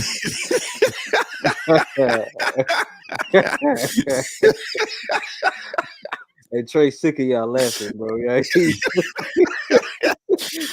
Oh man, I'm just real confused because y'all keep calling it a theory that what has happened to us. And honestly, I blame this mentality and a lot of the older folks for the reason that we haven't made any progress, because it's like we're scared to say what happened, and we don't want our kids to learn about it. But Jewish that's not critical race theory. That's a different, like American history is not critical race theory. This is, I think that's like why it's getting a little maybe murky. Like, they're two separate. I think is why we, like, even if you like go to like us, like, because we keep trying to move away from like that point where we're separating the idea of like history and the facts that happened, and then like almost the theory similar. That is, like G said, like that is spurred out off of it. That's what critical race theory is. It's about the racial dynamics. That I just read the definition. It sounds like it doesn't talk about like speaking about the history of America. It's speaking about the racial dynamics that exist in America today that are sprung off of like all these different systems that are in place. It doesn't talk about history at all. You just read it. That's what I'm saying. Like, if you go just read the definition again, and then tell me where we should be talking about Tulsa, Oklahoma, and black. I mean, would you say white supremacists from like the 1800s? Yes, the ones that were brutalizing and for sure. But read the theory, and then let's see where. Okay, critical race theory: intellectual and social movement and loosely organized framework of legal analysis based on the premise that race is not natural, biologically grounded. Is not a natural, biologically grounded feature of physically distinct subgroups of human beings, but is a socially constructed category that is used to oppress and exploit people of color. So if you talk about that, you're not going to talk about the history of how it applies to America. Like, what's the point of even talking about it if you're not going to talk about how it applies to America, which is history? But I think it's the age limit, though. Like, at what age? Hold on, G. Trey, you don't believe race is a natural thing? It said that it was just talking about how race is not a natural thing, but it's something that society. Like, we talking about like FBI. No, like, it's not. Race is it's very natural thing that comes based on the people that you evolve with and your community and your. Am I right? You're gonna get this. There's a difference between race, ethnicity, and nationality. I think race was created in America. We always had nationality. Only until now, this time, they lump all black people in the world into one group and all white people into one group. Whereas before, you could have been Hungarian, you could have been German, you could have been French, you could have been British, you could have been American, you could have Black American, you could have been Caribbean, you could have been Cameroonian. But this lumping us all into one group, white versus black, that is made up. Okay. I just had, but like realistically, when you're talking to a young person that's 8 years old, is this the conversation that they're ready to actually comprehend in that type of in-depth, like, sort of approach, versus, say, letting them know that, hey, America has a history of slavery. This is when it started. This is when it ended. These were the conditions that they had to live in. This is what happened when they got free. The war, like at what age, in your opinion, Trey, because like I said, theory is different than the historical record of that we accept as truth, right? Like that we all agree that certain things are true based off the historical records, right? Because that's like part of the premise of all of this stuff. Currency don't work if we don't all agree a dollar is a dollar, right? So when we talk about research and so forth, like there are certain things that are theories, and then there are certain things that are actual facts.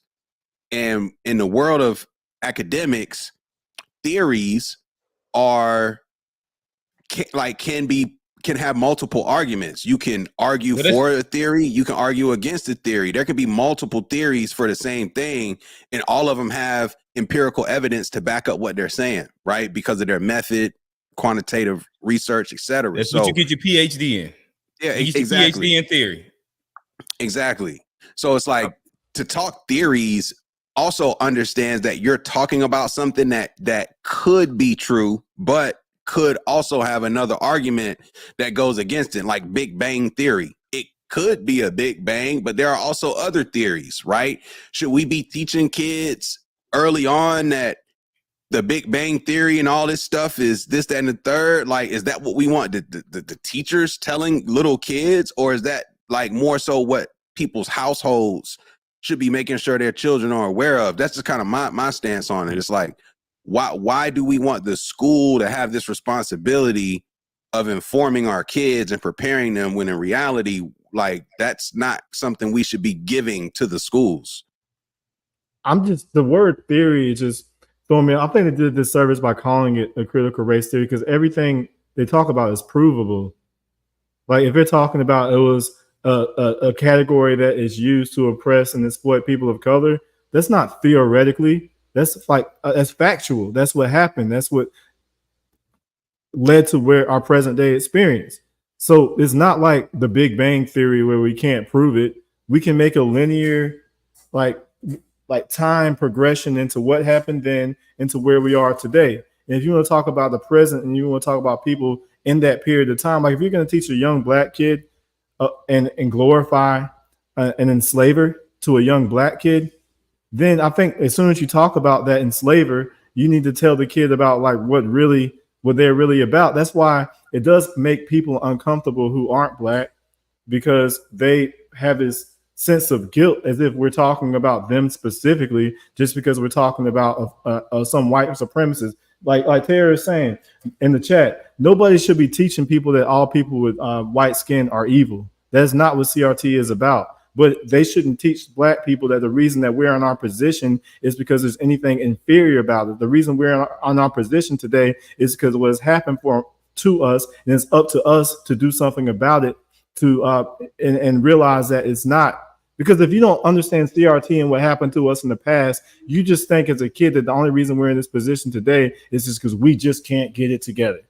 And that's not a good mentality for a child to grow up like. That's why I'm in favor of like how Jewish people teach their kids. Black people, we need to teach our own kids. We can't allow white people to glorify white supremacists and people who oppress us and teach our kids that they were just better than us, even though they step on us to get what they got. But it sounds like you spoke about being in teaching their kids. But they have institutions. They have institutions for that, and also the institution for the white institutions for that, then, right? But yes, but the only messed up part is the white people's institutions that teach their kids their history, that glorify white supremacists. Those are the schools that are funded by our tax dollars. The public schools is their institutions. So we would have to get our own schools, even though we've been systematically impoverished. So that's like a mission impossible. But like, we know why public schools was created in America. Yeah, because after slavery, black people were, right. We know that. But you know that the first public schools were started by black people after slavery, when we brought our literacy rate, like I forgot, from like down near 0 to over 50%. I can forget the exact numbers. That was a public school. And the same with the school lunch. So it was started by Huey Newton and the Black Panthers feeding the kids. Like, yeah, I understand where the school systems come from, but I also understand how the Rockefellers and all of them made it to teach people and make them good workers. So if we're going to put our kids there and then teach them things that aren't going to help them to make them good workers, then that's doing them a disservice, right? Well, that's why I'm saying Like school is a I don't have kids, but I've worked with kids a lot of my professional life, and I've been in the world of education a lot of my professional life. And one of the things that just is like a conundrum for me is this reality of what you're saying. It's like, do I just really need to homeschool when that time comes? Or like, because I don't think, even though all these things are true, it's like there is a certain value to understanding that you have to do things when you don't want to do them, and you have to understand how to play in different games. Like school makes you step up to a different standard outside of your own. And it's like you learn that, okay, this is what I need to do to hit the mark. And I don't want to do it. I'm not comfortable doing it. But the level of rigor that's involved, I think there are some healthy things that when you go to a public school, besides just the socialism piece, just the discipline of understanding like homework, the discipline of sitting in a desk, like going to different classes, like all that stuff. Like, yeah, they're conditioning them to be workers, but that's what that is supposed to do. I don't think that's negative, because you need to learn how to work hard, which I think is a thing that is not a common skill. A lot of niggas just don't want to work hard. Like I'm just being honest. Like a lot of folks don't work hard at what they do.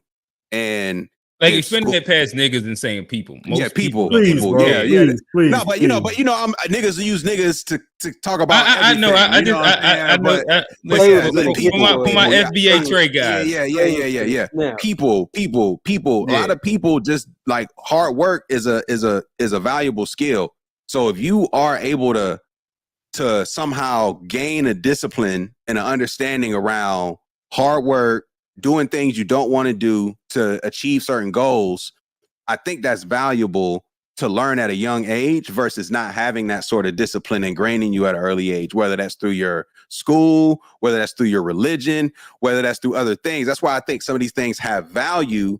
But this is where I say, to supplement that, the parents of the household have to be the true guiding force of what the information is being received. Like, you know, are you sitting down and going over that homework and making sure that they understand like this is this, but in reality these other things took place too, to help them, give them more context that they're not going to get from the classroom. Like for me, that is something that weighs on the household, not the school system, for me personally.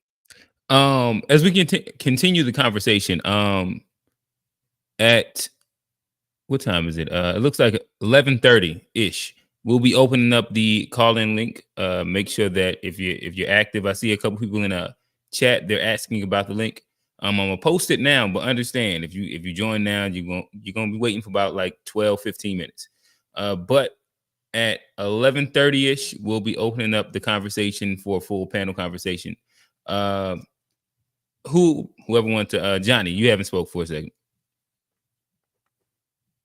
I mean, I'm just listening. I mean, I think we're just. It's just a misunderstanding of where we like the people's definition of what CRT is. That's all kind of saying the same thing. Yeah, the truth should be told, and the reason why we are where we're at should be told. Should it be taught elementary school? I don't believe so. Like I said, I think it's more nuanced, but I don't think it should be hidden. And I think we have to be careful. It is my only thing with critical. I'm very skeptical of who would be actually teaching critical race theory, because I think in the hands of the wrong teachers, it could be just another tool used to continue the status quo. Gotcha. And yeah, I guess like we have a smaller panel, so I'll try and give like even more explicitly my opinion on this. Yeah, I'm completely against the idea of critical race theory being taught inside our schools. Explicitly to like my son, I wouldn't be interested in any public school teacher teaching him that. I know that inside my household, I have a perspective of what I believe race is, and that's what I want him to understand and know and believe in. and that's going to be the same thing with my daughter.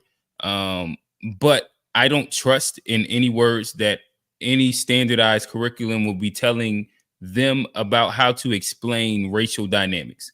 But then you don't know what side of the aisle what your teacher is going to be on that's teaching your kid, right? So like I like the things that are like 1 + 1 is 2, the very scientific things, like all these things that are fact-based, because when you get into opinion, there is a lot of space for nuance. And sometimes it's not the nuance that you care for your kid to hear.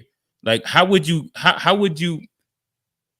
you think of, and again, like America's a big ass country. And so this isn't even like a like 90-10 proposition. This is almost like a 50-50 proposition.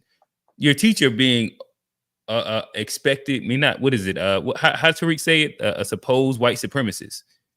Teaching your kid CRT. I'm completely against it. But I also don't give too much of a shit about a self-hating liberal teaching my kid about like their white savior complex. I don't care too much about either one of those things.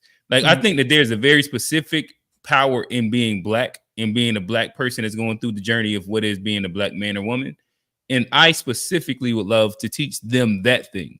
Like, teach them all the things that I don't know.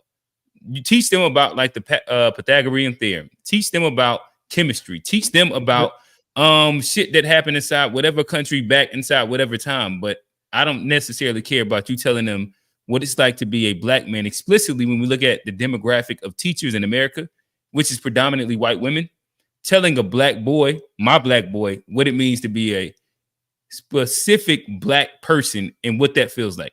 I'm uninterested. I think you're using Ron DeSantis's definition of CRT. And a lot of the people in the chat are using that as well. Because I'm using the legal. Studies. Go ahead. We're talking about social studies, and you're talking about CRT is not social studies. Then what category would you put it into? Like right now, it is a course that is taught at a PhD law school level. That's what CRT category? Is. It's not math. It's not science. It's this math, science, social. Oh my bad. All right. So what is philosophy? That's literally what it would be. It's social studies. It's a theory. It is a theory. Social studies speaks about. All right. So I guess all right. If we're getting that nuance into it, then yes. Yeah. The word social is in the social definition. Study and use etymology. It is the study of social behavior, but it is something that is not taught inside like where we put the idea of social studies at, which is inside K-12, and it is a theory-based practice, which then takes it into philosophy. So this is why it's taught at like a PhD level, taught at a law school level. It is a theory of philosophy. I disagree with you about it being philosophy. So I guess it says theory. It's not even by definition, it's a theory. It doesn't say philosophy anywhere in this definition. What does theory mean? You just did the etymology of social studies. What does theory mean? Theory definition is a supposition or system of ideas intended to explain something, especially one based on general principles independent of a thing to be explained. Right. So there's a difference between theory and fact. And this is a theory of, and if you walk down the line of what a philosophy is, it like a theory is based off of philosophy, and it's a theory based. No, theories can also be based off of facts. Oh yeah, that is true. I agree. You can take facts like this is what I'm saying. This is what I'm saying. And build a philosophy off of it. All of us, and that's where I was getting conjecture. All of us can research the same topic and take a different angle on it, like a debate team, so to speak. Like there's a prompt, and then a debate team would attack it from all angles. I'm going to argue that this is the case. I'm going to argue that this is the case. I'm going to argue that this is the case. Nobody's really right or wrong. You can, it's almost like sports debate. Like, like you have an opinion on what actually took place. Like the fact is LeBron is a 20-time All-Star. The theory is that he carried the league for 20 years. So it's like, if you want to argue if he carried the league for 20 years, sure. This nigga was a 20-time All-Star. All-time leading scorer. All-time leading scorer. Like, these are the facts. Those are the facts. Oh, is he the GOAT? It's debatable. And that's where theory comes in. So the fact is we were systematically robbed of everything that we had, and the wealth of this nation was built on our back. That's the theory. I mean, that's the fact. But the theory is that it might affect us today. And that's the theory because it's not proven. I think we're getting closer. You have to be careful saying words like all and everything when you say facts, because nothing's all and everything. So this is where it gets like very like now we splitting hairs, because when you say words like the demonic white it's like, why couldn't you just say white like demonic? Like, how you know these niggas was demonic? They were slave owners. They brutalized people and treated them like property, like raped the women. They did all kind of manners of evil. That is a theory. That's demonic, bro. But that's my opinion. That's evil. And some might say it's not. That's all I'm saying. Like, and I'm not. See, so you got me up here having the art, like just from an intellectual standpoint, trying to present just another side for sake of conversation. I don't disagree. I don't disagree with you. I don't like to use devil's advocate. I'm just presenting a different side of the argument. The devil don't need no advocate. The side in favor of the slave owners. Not in favor. Not in favor. I think that he's saying that they just wouldn't say specifically in schools that they're demonic white supremacists, even if, like, say all four of us on a panel. If all of us as a collective might even agree that we can walk down that path and see some similarities and be like, I get Trey's point, but that would never make it into anybody's curriculum ever, because the pejorative of what demonic is. And like that's the part that doesn't have to be in it. We could say white supremacist. We could call him anti-Semitic, but then history books don't call Hitler a white devil. They don't call him demonic either. They don't call him a white devil. They say he's evil, right? Probably, maybe a maniac, mass murderer, genocidal. Yeah, well, now you're getting to facts. Like those are the facts. They don't say that about Andrew Jackson. They glorify him. As a black kid, you also got to look at where we are. You also got to look at where we are, like home court advantage, if you will. Like the history here is going to have a different narrative. Just like if you're over there, the history there is going to have a different narrative. Yes, we get our history from unreformed white supremacist Nazis, because Hitler literally used them Hitler literally used these people as the blueprint. Yeah, and then we're teaching our young black kids to glorify those people that would make Hitler blush. And you're saying that we shouldn't add that color to the conversation. We should just give it straight up how it is. What I'm saying is, Trey, again, age appropriate. Age appropriate.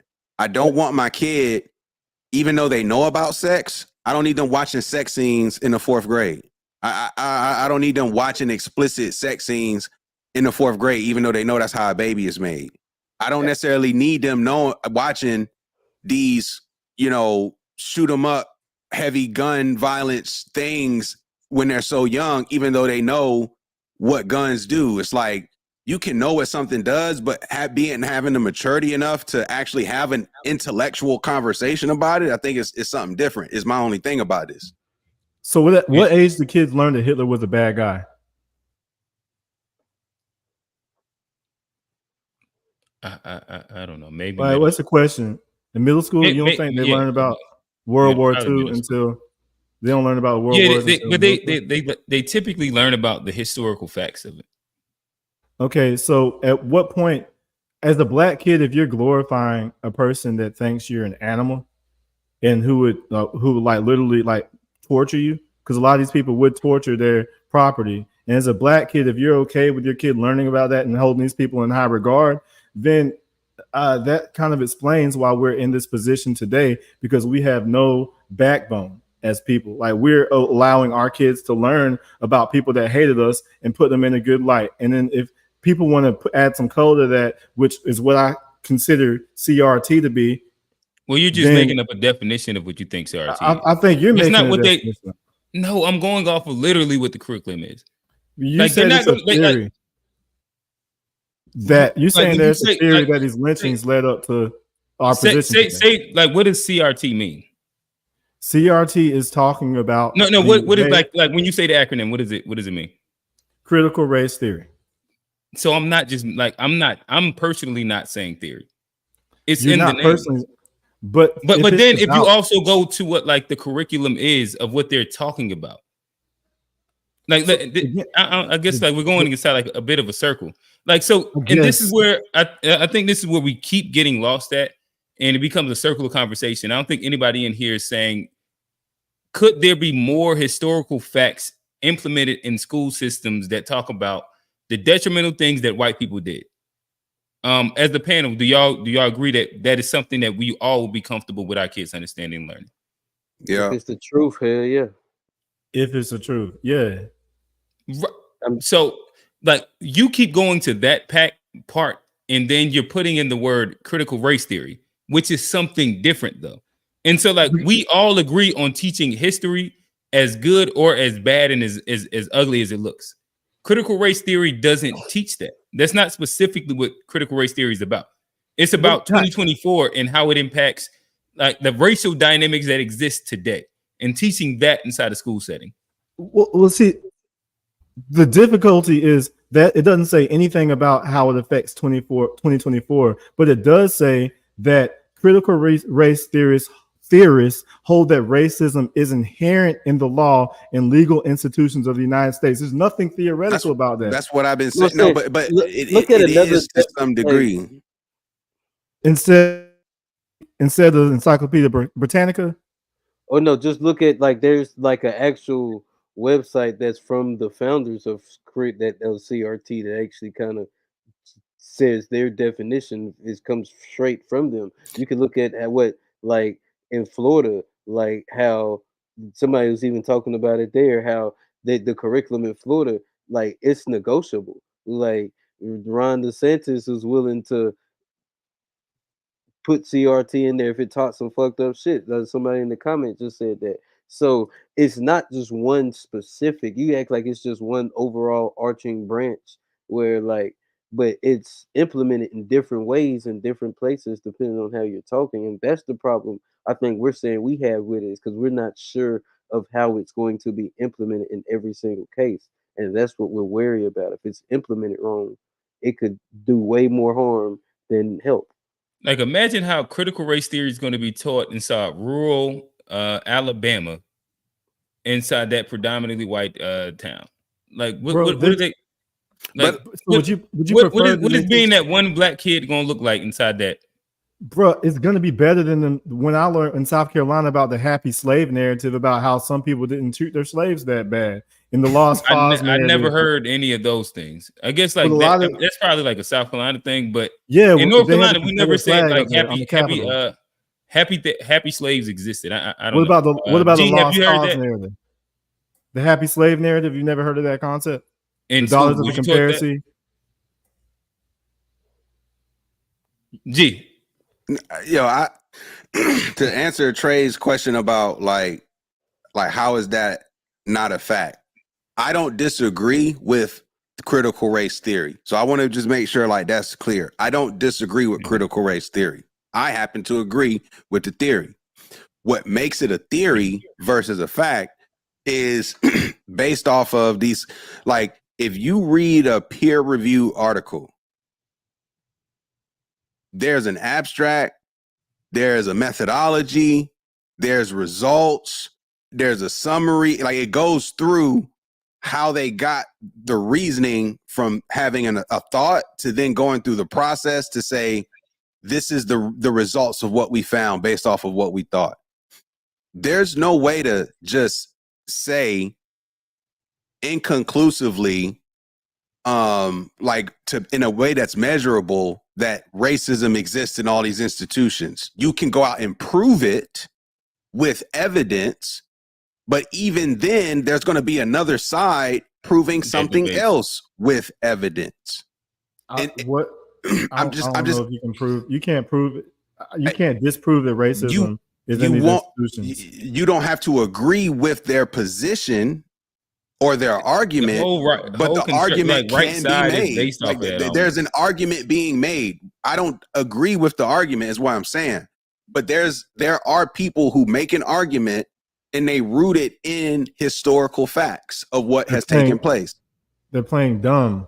Like they also taught us that Reconstruction. My fault. In Reconstruction, they taught us that the reason Reconstruction failed is because the black people were not prepared to take power. And that would be a theory. That would be a theory. But that's not what a they fact. taught us. But that's what they taught us in school. And they shouldn't be teaching that. I don't know. Yeah, I never heard that. I never heard that, bro. I disagree with that being taught, but I never was taught that. I would not want that being taught. Like South Carolina got like a wild curriculum, probably, maybe. But in North Carolina, we was never like thought of like we was never taught these things specifically. I hadn't heard the happy slave narrative and that blacks wasn't ready. Yeah, well, I grew up in South, like I said, South Carolina, and then we learned all of these things. So that's why, for me, CRT is like the opposite perspective to these things. But you don't think that they'll sneak more of that shit in there if they had their ability to give dialogue to an opinion, like a quote unquote they already are. Thing? They already are doing that because they're teaching that slaves were just involuntary immigrants. Take more of that shit out then. If that's what it is, I prefer them take more of it out then. But they're not going to. All they're going to do is going to teach their white supremacist perspective, and that's been happening, and it's going to keep happening. And as black people, we're like, no, don't teach about what really happened. I don't want our kids to learn about that. You can just. So what makes you think that they would stop teaching more of their white supremacist narrative if given the ability to talk even more about it? No, they have been doing that. They continue to do that. No, so I'm saying let's say hypothetically CRT is implemented across the board, and now they get the opportunity to talk about racial dynamics. Them, what like the big them that we're talking about. You don't think that they would then start sneaking in even more white supremacist shit? And I think that they need to keep it to historical like facts. But now you're going back to more. Now you're going back to like we say, yes, teach history. The theory part is what we all disagree with them teaching because you can sneak shit in there. And I was just explaining the difference between like what makes theory versus what makes presenting the facts, because we can all use like people use the Bible to make excuses for slavery. Like you could take something and then try to use that to inform your argument. Like it's and when we talk about critical race theory, it's using historical facts to present a very strong argument that I happen to agree with, that I think you happen to agree with. And that is racism is not just simply something you're born with. That's a personal bias. It's a system of oppression. And that system of oppression is through legal, political, monetary, education, so many different institutions within a country, right? So I think we agree with that theory, but similar to the fact that I don't think Biden should be president, there are people who say that he should. Like, and they will use historical evidence to say, well, look at what he did for this, look at what he did for that, look at what he did for this as their reason for their vote. I can't necessarily say that they're not using real fact. I just don't agree with their position. And sometimes when it comes to theory, like it's not a matter of agree or disagree, but there should be some evidence behind why you agree with a certain position and why you disagree with a certain position. And unfortunately for us, that's not going to always be clear-cut evidence because it's just they say women lie, men lie, numbers don't. I've never agreed with that statement. Numbers never tell the whole story. Yeah, things have to be put in context. And shout out to Tar. I actually agree with a couple points that Tar has made where there's also then like this sneaky piece of like intersectionality. I made the joke earlier as we brought in the show when I spoke about like ageism and how like all these different things start to make you a minority. But that is a piece that gets snuck into the CRT conversation as well. In which we have to be very, it is like the unfortunate thing, like it is like what is it almost have to do with CRT. Let me go to their website and then I'm gonna come back and give you a full answer. Because the reason I guess I fundamentally disagree is because I think that I don't really see why it is nothing really theoretical about the United States having institutional racism there. So to call it a theory, it just seems like that's already like your whole argument is that it's a theory. My argument is that it's a theory based on facts, and we need to teach those facts that are the foundation of this theory. I guess you can try to make the argument, you can talk about all the historical things that happened to get us here today, and then you can make the argument that maybe it affected today. And that if that's a theory to you, then I don't really know if like that's the part that is just kind of like fucking my mind up, because I don't get how like you can look at all the facts and study all of this, especially if you don't talk about this from the perspective of them being demonic white supremacists, then you'll just think that they were so smart that they built all this over here, and we're just happy we're over here to be a part of this nation. And that is not healthy for a kid. Like realistically, do you think that in school within curriculum, there's a world where they're going to teach that the founders of America were demonic white supremacists? Like realistically though. I'm trying to find the quote about allowing. You didn't answer my question. I would love for you to answer that question. Yes or no? No, because we're okay. So then we kind of just saying shit then. Because that's more evidence of CRT. Because we can't even learn about history in the color that's true, because we're in a system that promotes the people who are demonic white supremacists. We still have monuments of people that had my people in chains. They were worse than Hitler. So of course, in a society with that up there, no, they're not going to teach the truth. So that again, that's more evidence of CRT, like in the present day. So no, again, we're not going to have that. Again, it tends to be like you're trying to argue a point that we all agree on. Like in the words of G, like I don't think we're arguing the idea that critical race theory is true. That wouldn't be like the burden of like that we're trying to like prove right now. It's the idea of the opinionated part of theory being implemented to our kids from teachers that have their own opinions. Look, here's a quote: Malcolm X, "Only a fool would let his enemy teach his kids." It's pretty simple. And that's in our situation right now. Do you not see how, like, inside this hypothetical scenario, wanting CRT to be taught in schools would be being the fool? Right. It's you like want racial dynamics taught by white women to your black ass kid. That sounds foolish. I don't know. Is it more foolish than them teaching me that glorifying these white supremacists?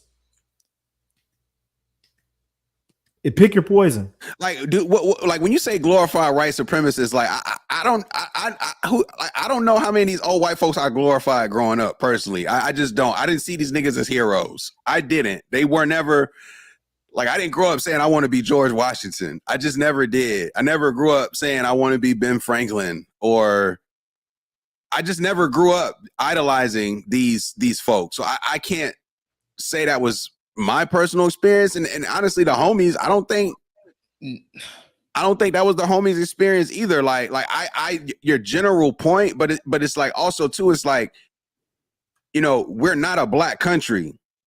You go to any country and you get indoctrinated into their school system, you're going to learn about their history through the lens of the winners that won there. You know what I'm saying? Like the people in power. So if you go to school in Germany, you're going to learn about the Holocaust in a certain perspective. If you go to school in England, you're going to learn about things in a certain perspective as it relates to world history and colonization. Versus if you go to school in Jamaica, right? Or if you go to school in somewhere in Africa, right? Like where you're majority black, like it's a majority white country, and these niggas love the founding fathers, bro. They love the Constitution, the Bill of Rights, this 1776 shit. Like the country hangs its hat from a marketing standpoint on all of these things to promote patriotism. And most countries do their best to create some sense of togetherness from a nationality standpoint. This like nationalism. that is Was that something every togetherness? sovereign nation tries to do, to create this unity behind the fair. same flag. Every nation tries to get people to back this flag, even the oppressed and the rich. They're like, but we can all come together and cheer for Simone Biles. It's like, you see it best in the Olympics. It's like all of a sudden everybody just love good old America, just love good old French team, knowing the French team look like all the niggas on this panel playing soccer. And it's like, you know, good and well, them niggas is not French. You know what I'm saying? But yet their French team look like all of us on this panel. So it's like this idea that these folks are going to tell a story that doesn't water down the experience. This is why I say it's like, why is that something we want from schools versus why is that not something that we're doing in the homes? That's my biggest piece of this. It's like, we know what the school system is here to do. We know that it's not here to set us up, us as in the folks who like us on this call, to be in great positions to achieve success. Like, we know this. So why would I just leave my child to what the school system tells them is for them versus making sure they understand that they have more than what is in front of them? You know what I'm saying? Like, that's just something I feel like is responsible or responsibility of the household, As not a something parent we should be or the expecting community from public school teachers. And I think that's why integration has failed us, because rather than separate, I think separate but equal would have been good if it was equal, but it wasn't. You know, we had the you know, the old textbooks. We didn't get the funding. It was like 10 cents per like $2 per like white kid. And then our compromise is we get to go to a school where we learn about us being at the bottom of society. We don't learn about our contribution. We don't really learn about the American flag being sewn by a black woman, or DC being built by a black man, or any of all of our contributions, thousands of patents. We don't learn about all that in these white schools, and that is a result of integration. So I think with that foundation, we're kind of doomed unless we break that cycle. Cool. I don't think that we specifically disagree on that. I think that that's a fair compromise. With that said, we do have our first call in onto the page. Shout out Camus, long time listener. We enjoy having nice back and forth with you consistently. Shout out Camus. You made the Instagram page. You was dropping gems on the Instagram page. So you've heard the conversation. We were supposed to build further, but we kind of got bogged down on critical race theory. But I think that we've unpacked this inside like a very interesting nuance. I'd love to get your opinion from what you've heard. Sure. How's it going, gents? What up? What up? Good morning, bro. Another thing with this back and forth of you know, whether the critical race theory should be implemented or not. Another word that I think needs to be emphasized is critical. So you have spent at least close to an hour debating about theory, but another word is critical. So what does critical mean? Critical means expressing approval of what you think is bad about anything. So, critical race theory in and of itself, it's not necessarily a bad idea, but the issue here with the reality of Black America is that you are allowing non-Black Americans to use this mechanism to put forth their argument. So, which is to say that it is antithetical, and it is not helping, you know, a Black child to have a non-Black person teaching them about a theory that could have led them to be in a situation that they are right now. So no one is arguing that critical race theory in and of itself is a bad idea. The issue here is that Black America cannot afford to allow white snow bunnies to teach black kids about this type of thing. I ain't got no. Who? Anybody wants to hop in? Give a disagreement, agreement. I agree. This is closer to where I believe. I think we just all disagree on. I don't agree with y'all on your definition of critical race theory or your interpretation of that definition, because Kamlu, you're almost making it seem as though like it was written up by white women, and it wasn't. No, he's saying that that's who will be teaching it. But they're teaching. I mean, unfortunately, that's the teachers that we have. So if the teacher's going to be teaching us about the world, then like, what are they was the Malcolm supposed X quote that you just quoted? Only a fool lets an enemy teach his goods. So the enemies are already. So like, I'd rather my enemy teach my kids science than teach them about how black they is. But the thing is, they're not just teaching them science, they're also teaching them social studies, that without the color of critical race theory, you end up glorifying people who hate you. But why do you think that they would not put in more white supremacist points if you're saying the word white supremacist? Because there are already white supremacist points in there. Like, but why wouldn't they sneak in more? Why wouldn't it? But why wouldn't they sneak in more when, like, now they have the ability to talk about like white superiority and why they're on top and why black people are on the bottom? That's not what it's about. It's critical race theory is not about what is racial dynamics mean?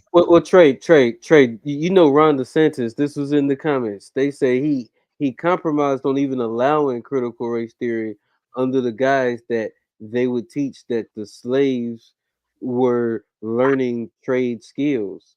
And so that's a part of critical race theory, that like during slavery, black people were learning skills. That was included as a part of critical race. And that's, I guess, some of the things and an example of some of the things that we're talking about when we're saying we're not a fan of critical race theory being taught, because like Quint said, they can start to, you know, compromise and start telling the story however they want to tell it, just under the guise of this is how white people did it, this is how black people did it, without necessarily going to the truth and maybe even how you would say the demonic aspect. Sometimes I think it might even give them a scapegoat to not even talk about that if they use it properly.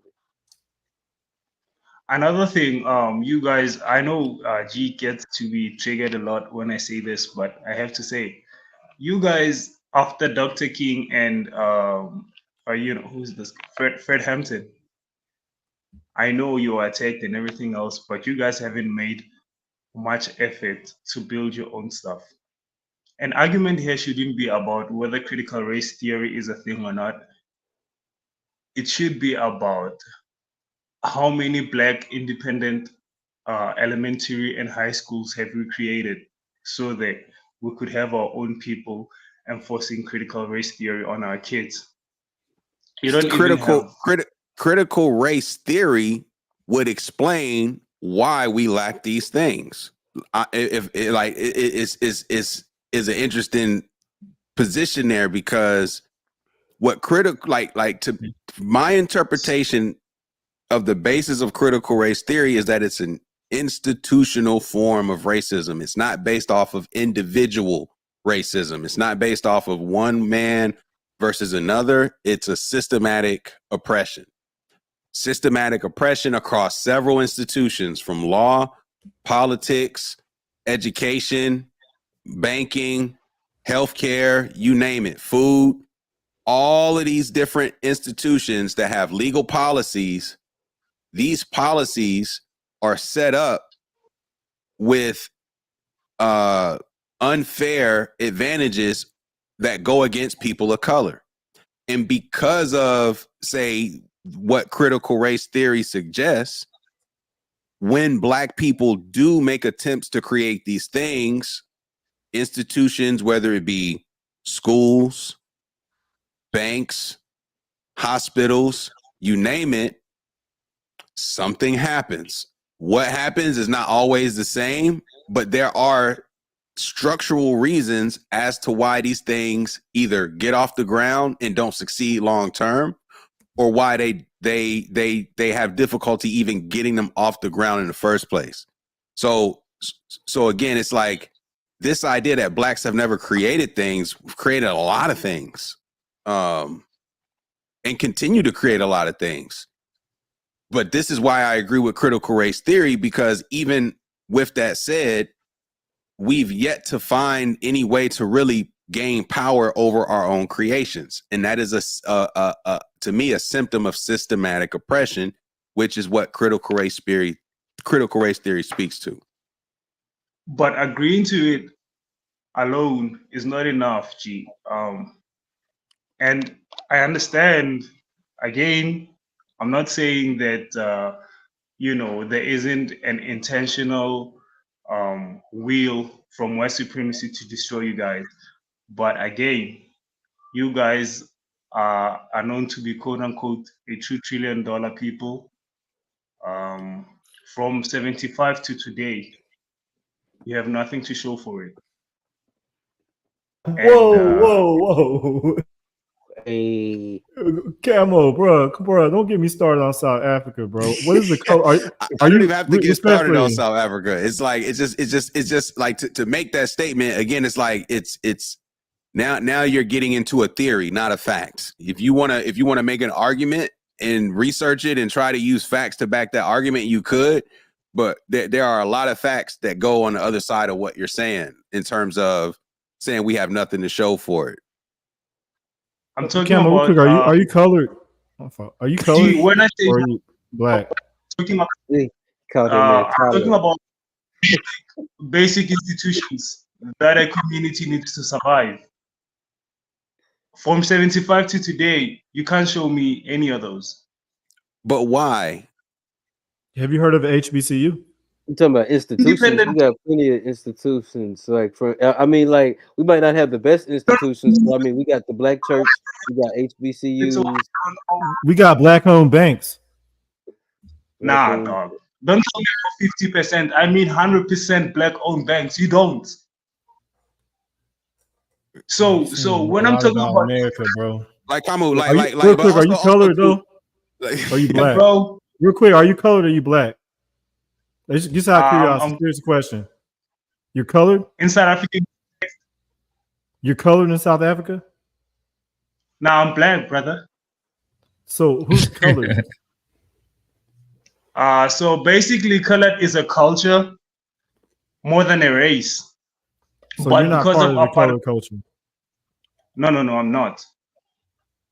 Okay. Because it seemed like that's a big issue over there. So it's like it seemed like you talking about what we got going on over here, and it's like y'all like got colored versus black folk and everything. You talking about we don't have an institution. This is kind of wild, man. It's like you talk about 100% black in a country that's 13% black. Like I just think when you speak about black folks in America, it's not the context of say black folks in South Africa or Jamaica or one of these other black countries. We're not a black country.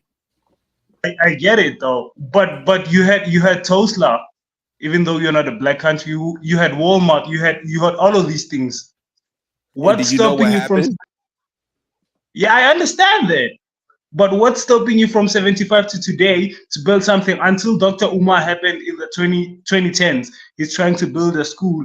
Apart from that, you cannot show me anything or any effort that you have tried to build your own stuff, and it can't be accepted. It's wrong. You have access to Google, right? You know about who you heard of LeBron James? You heard about the I Promise School that he started? And there's also a list. I just did quick Google. We have Black Banks, Carver, Federal Savings Bank, City First Bank, Industrial Bank, Greenwood, Mechanics Hope, and Farmers. That's straight out of Durham. Hey, come on, bro. Mechanics and Farmers Bank, straight out of Durham. We got plenty of black institutions over here. Like we're the foundation, bro. Like everything we built.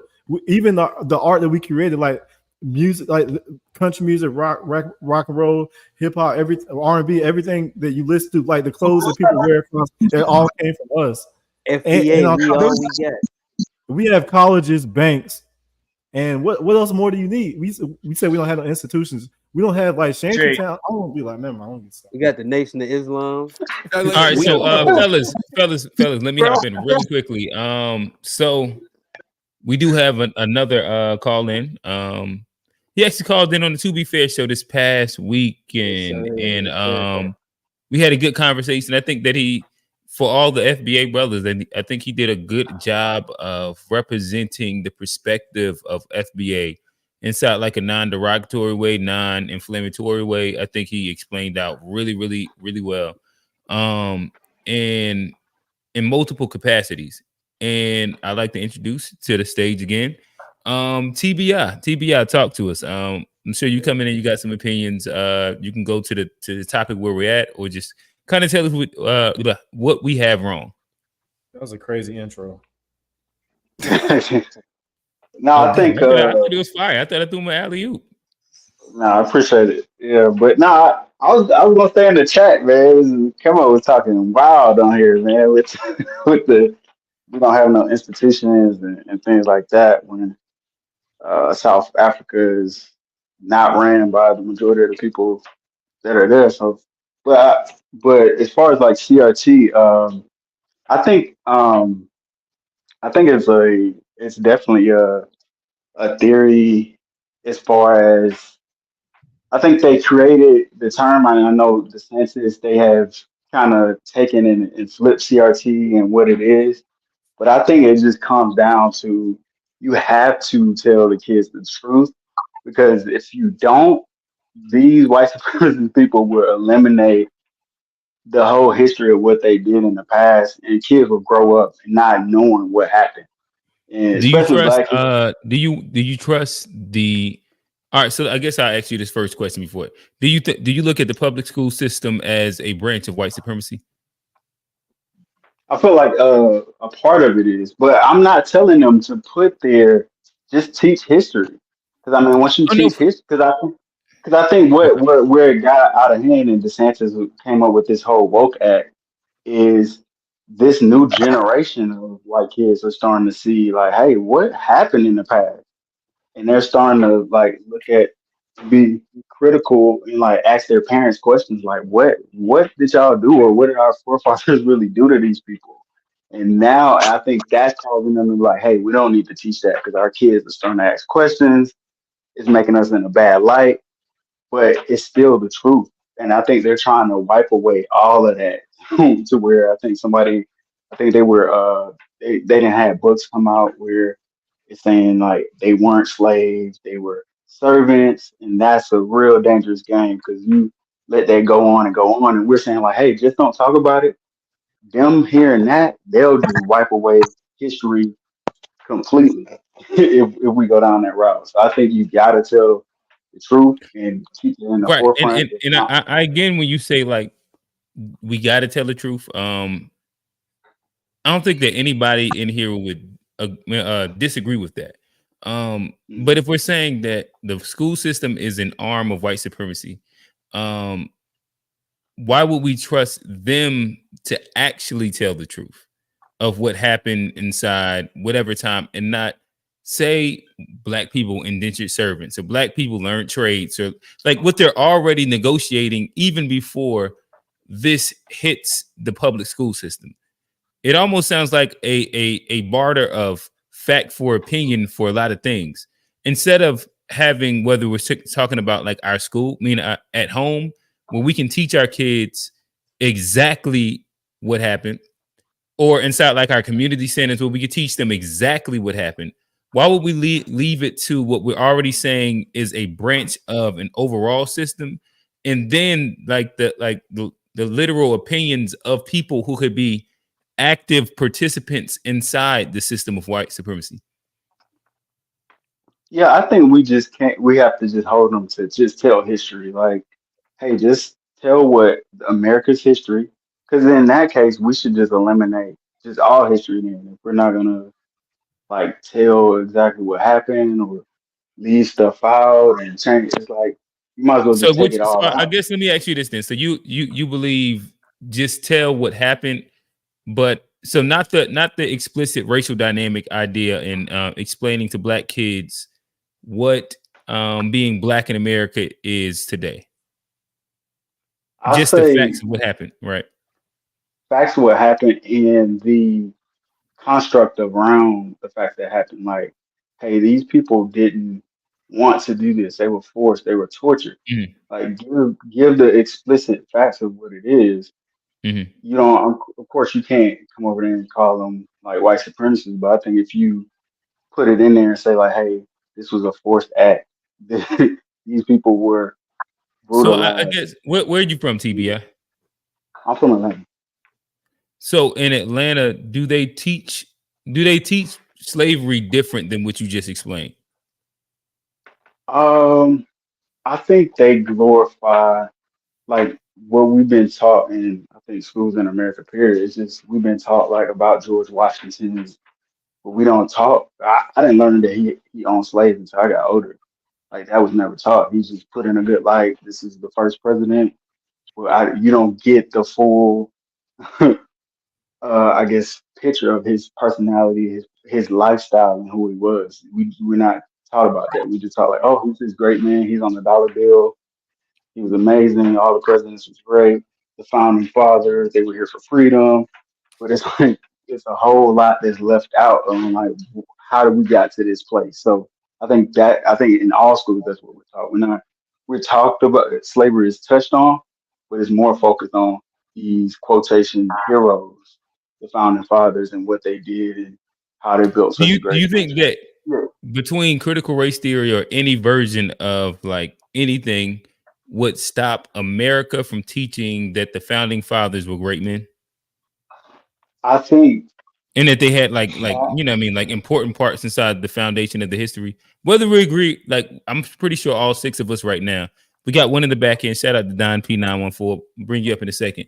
But probably all seven of us would agree that they were shitty people, they owned slaves, and like the whole gambit of things. But yeah, we would do say you that, think but that the majority. America would actually teach that about their founding fathers?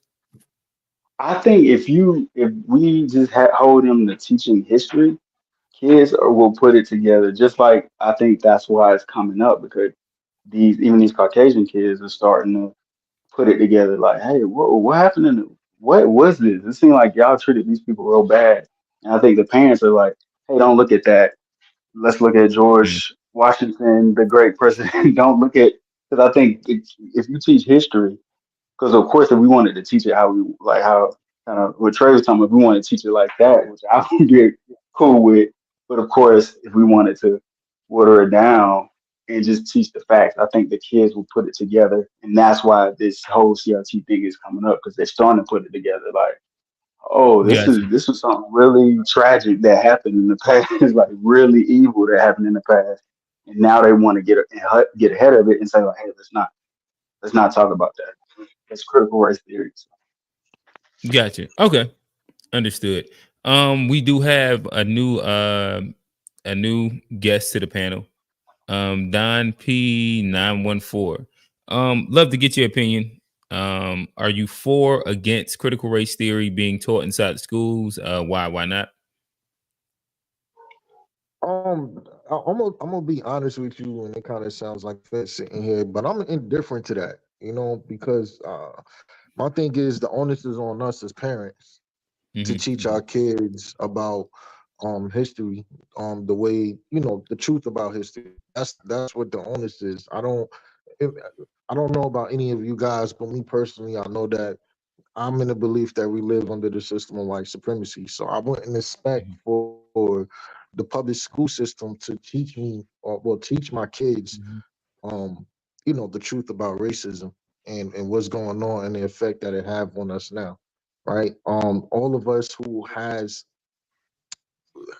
a conscience, so to speak, or who has grew into consciousness, we pretty much learned everything we learned outside of the schools. If I mean, I'm not assuming right to all of the guests on the panel. Yeah, I would agree. As far as Not what you know definitely not about public history, school.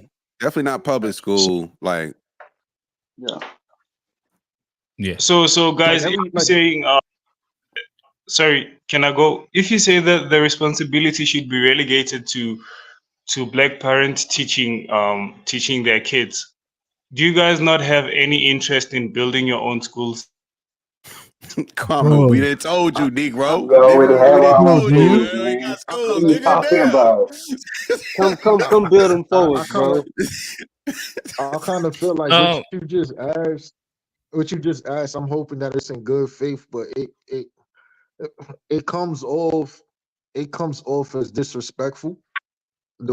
Because you asked that, and it's like, all right, either you ignorant to like the history of what we've been through, or B, like you ignorant to what we've been through. Because the truth of the matter is, we've been building our institutions. Like that's something that's been happening. What you do fail to understand is that we're the only group that has been targeted and that has been sabotaged. You can't point to no other group in America that has been sabotaged in the way we have.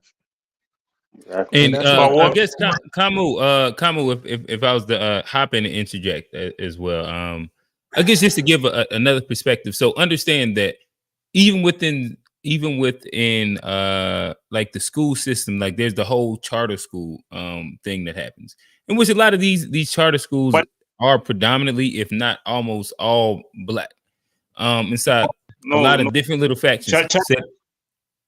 You're saying there's no black. Say what? Charter schools are not black. They're not independent schools.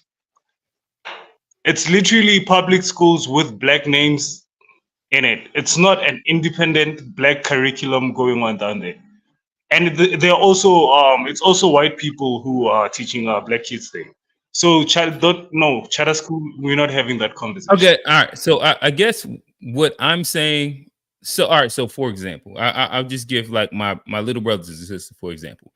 There's a charter school, Sugar Creek Charter School in Charlotte, North Carolina, in which from the principal, all the administration, about 95% of the teachers are all black. The student body is all black. The kind of like the ecosystem, of course, there's some of the curriculum, some of their funding, of course, comes from like all these outside spaces, right? But in general, like these are like these spaces in which, to an extent, there is like this black this I don't want to use any incorrect terms, but like there is concerted black effort to teach black kids by black teachers with black principals and people over top of them. It's not like these things don't exist, but there is also often a limit into which like there is allowed for it to expand, if that makes sense. And even if you look at like I think what is it, like New Orleans and Louisiana, like there's a couple states in which charter schools is a big thing, and like the whole school choice and all those things. But a lot of times it ends up being that these movements and pushes to make sure that or to make independent curriculum or independent schools or independent like spaces in which black kids can go to, the funding gets cut short. Ends up being like these almost like poverty dumps in which like these kids are like pushed there when they're like I'm trying to think of the word, but like the kids that aren't necessarily like applicable to be inside like the public school setting. Okay, let me this draw is a how parallel. I've seen it work out. So what? Okay, so during apartheid we had black universities. Obviously they were built by apartheid, but they were facilitated by black folks in the outskirts of the country. They were called Bantustans back then. So what was happening there? It was that these universities were given second class intentionally by the apartheid government. Second class education. It was called Bantu education. It was way inferior compared to what was happening in predominantly white universities where we were not allowed. What makes it inferior, if you don't mind me asking? What makes it inferior education? Well, Bantu education, bro, like mainly faculties were the scale of faculties was smaller. Science wasn't encouraged there. you know, you wouldn't necessarily study technology and all these other things. It was just policing, being a teacher, being a nurse, being you know, a police of, like, it A was working limited. class citizen, like a working class citizen, basically sounds like. Yeah. But also, again, like, if you go deep into it, like, the actual curriculum was diluted. It was not what we got at these white universities.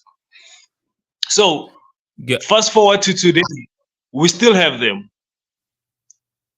We tried to reform them, but they are not at the level of those white universities. My Why point not? is, charter schools can be looked at as a solution in a long term, but you gotta understand something about white supremacy, bro.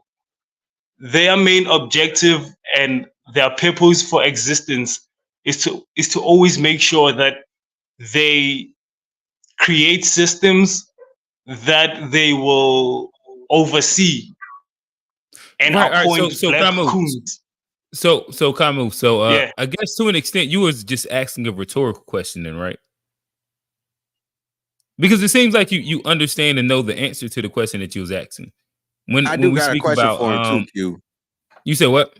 I got a question for him too when you Okay, wrap got you. up. Because you were asking, so why didn't y'all attempt to, you know, XYZ with your own schools? But if you're speaking about what you understand and know about the system of white supremacy, and we can go all the way back, like critical race theory, all that shit. Then you understand the implied answer to the question as well, right? So again, even if we, like I said, like if I'm speaking about charter schools, in which yes, they do get government funding, but there is like their own autonomy to curriculum that they are given. But there's only but so far that we understand that's going to happen. I think that in general, what everybody on the panel was saying and why it comes off as disingenuous and quote unquote ignorant, I wouldn't use that harsh of a word, but it's because of, like, if we're putting that in the guise of where we're at in the conversation and understanding critical race theory, white supremacists, then you understand the answer of why we would say teach it in home and not necessarily why building a school is explicitly what's the necessary thing. I get it, but the teach it at home thing for me, it's like an excuse for not doing anything. I don't necessarily agree with it, but I understand why things are happening the way they do.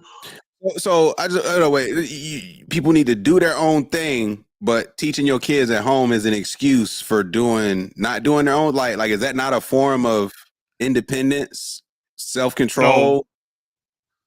No. Are Chinese doing that? Are Arabs doing that? Are Mexican teaching their kids at home? Like, no. For sure. I understand. Like in America, they definitely are. I don't think like we're not teaching any version of Chinese history in America. Arab history in America. They have private schools. Small heads have private schools over. No, you all right. So you just said the word small heads. You just use like different minorities. There's not a bunch of like Chinese private schools in America. There's not. I'm speaking specifically about Charlotte. That's where I'm at. They're not. You gotta be on like a metropolitan on the West Coast, LA, Sacramento. They don't exist inside the Arabs. They don't have those here. Like none of these things exist here. They're teaching all of the Hispanics.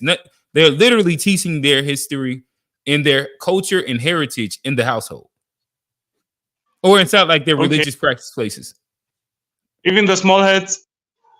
But like again, like that's his own specific thing. So so now let's go to like all the other minorities, and like if we like look at, would you say small hats is like its own specific explicit thing, right? And that's not replicated across any other version of minorities. Now let's talk about what all the other minorities are doing. They're not. They don't have their own schools. They're not like have these institutions. For sure. Go ahead, Don P.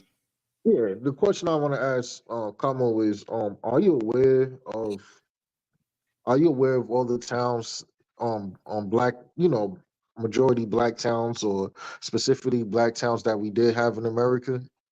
Like, are you aware of that? The history behind that? Like Are you Seneca talking? Village, Are you Black talking? Wall Street?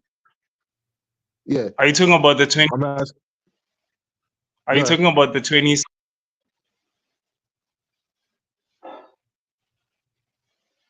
Are you talking What do you say? about Am I talking the about? towns back in the 20s and back then? Yeah, I'm talking about back then. Yeah, no. I'm well aware of that, my brother. I wasn't necessarily And talking no, about that. My well, argument what I was want to ask is, you talk about the other minorities and the other groups. Which other groups have that happen to on a consistent basis? no one. No one. All right, so we do know that the past dictates the present, and the present dictates the future, right? Yes, sir. So with that said, like again, when you bring other groups into, like, we're us as Black Americans, we're in a very unique situation in America. This is I why we understand that. are fighting for reparations. So when people from outside that circle comes and asks us questions like that, again, it comes off as disingenuous. Now, I'm not going to say that you have ill intent, but that's what it come off as. And this is why the hostility comes into play. This is why a lot of Black Americans start to get hostile, because it's like, yo, how dare you ask that? That's like me asking, and I don't want this to sound crazy, but that's like me asking about, South Africa has, 90% of the South Africans is melanated, right? How come they didn't break Mandela out of jail when y'all the majority? You know what I mean? Like, how come y'all didn't do that? And that's the thing. It's like, when I ask something like that, y'all will look at us like, how dare you? You don't know how it is. It's the Don government. P. Go ahead, sir. I hear you. And so we do have a new panelist that has joined. And what I'd like to do with that, so John, I'm gonna give you like 2 minutes, kind of let us know where we right, where we wrong at.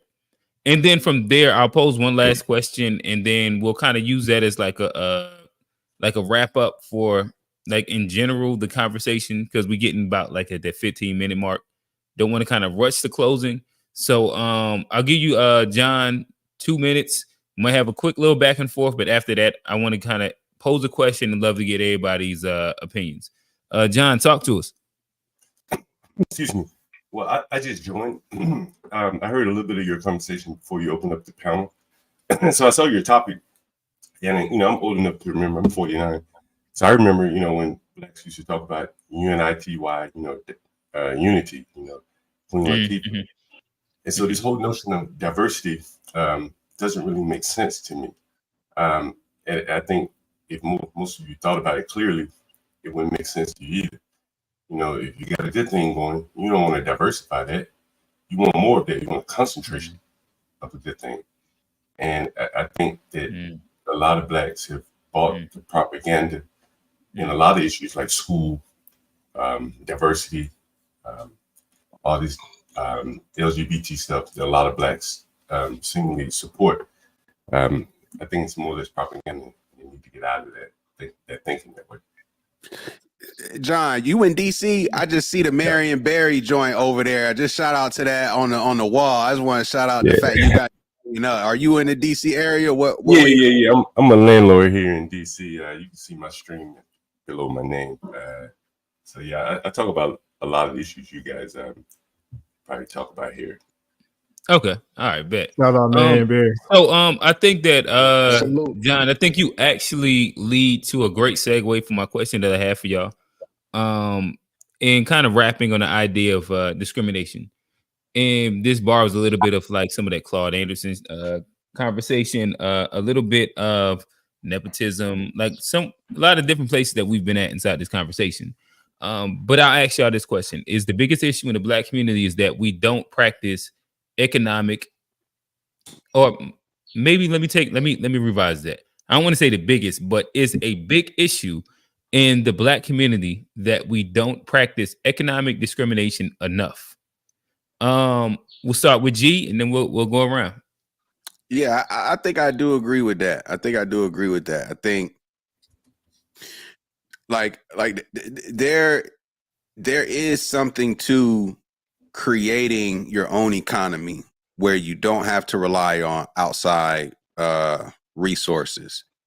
And I think that us as a community, we add a lot of value in multiple ways, and then we end up licensing that value to other folks to make all the money versus it benefiting our community. So, you know, what that looks like, how it's done, I think is way more difficult of a conversation. But to answer the question, I feel like we do need to find a way to you know, similar to what my man just said, John just said about concentration. It's like we got to concentrate resources as well. So to do that, we got to be a little more restrictive on who gets to eat off of what we create. And I just feel like, you know, from the beginning, that's just been the story of Black Americans. Everybody eats off of what we create, and we haven't quite figured out how to turn the tables on that.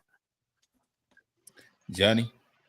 Oh yeah, nah. I mean, I think it is something that, like, especially like economically, is something that we need to get back to practicing. I think it's something that was, when we talk about the past, it's something that we did. I think after the civil rights movement, integration, I think is something that we have got away from, and we see the effects. I think if you look at the communities that discriminate the most financially, most of those communities are financially well off, and I don't think that's, you know, a coincidence. I think there's something behind it. I think we could take notes and implement some of those own principles in our own community.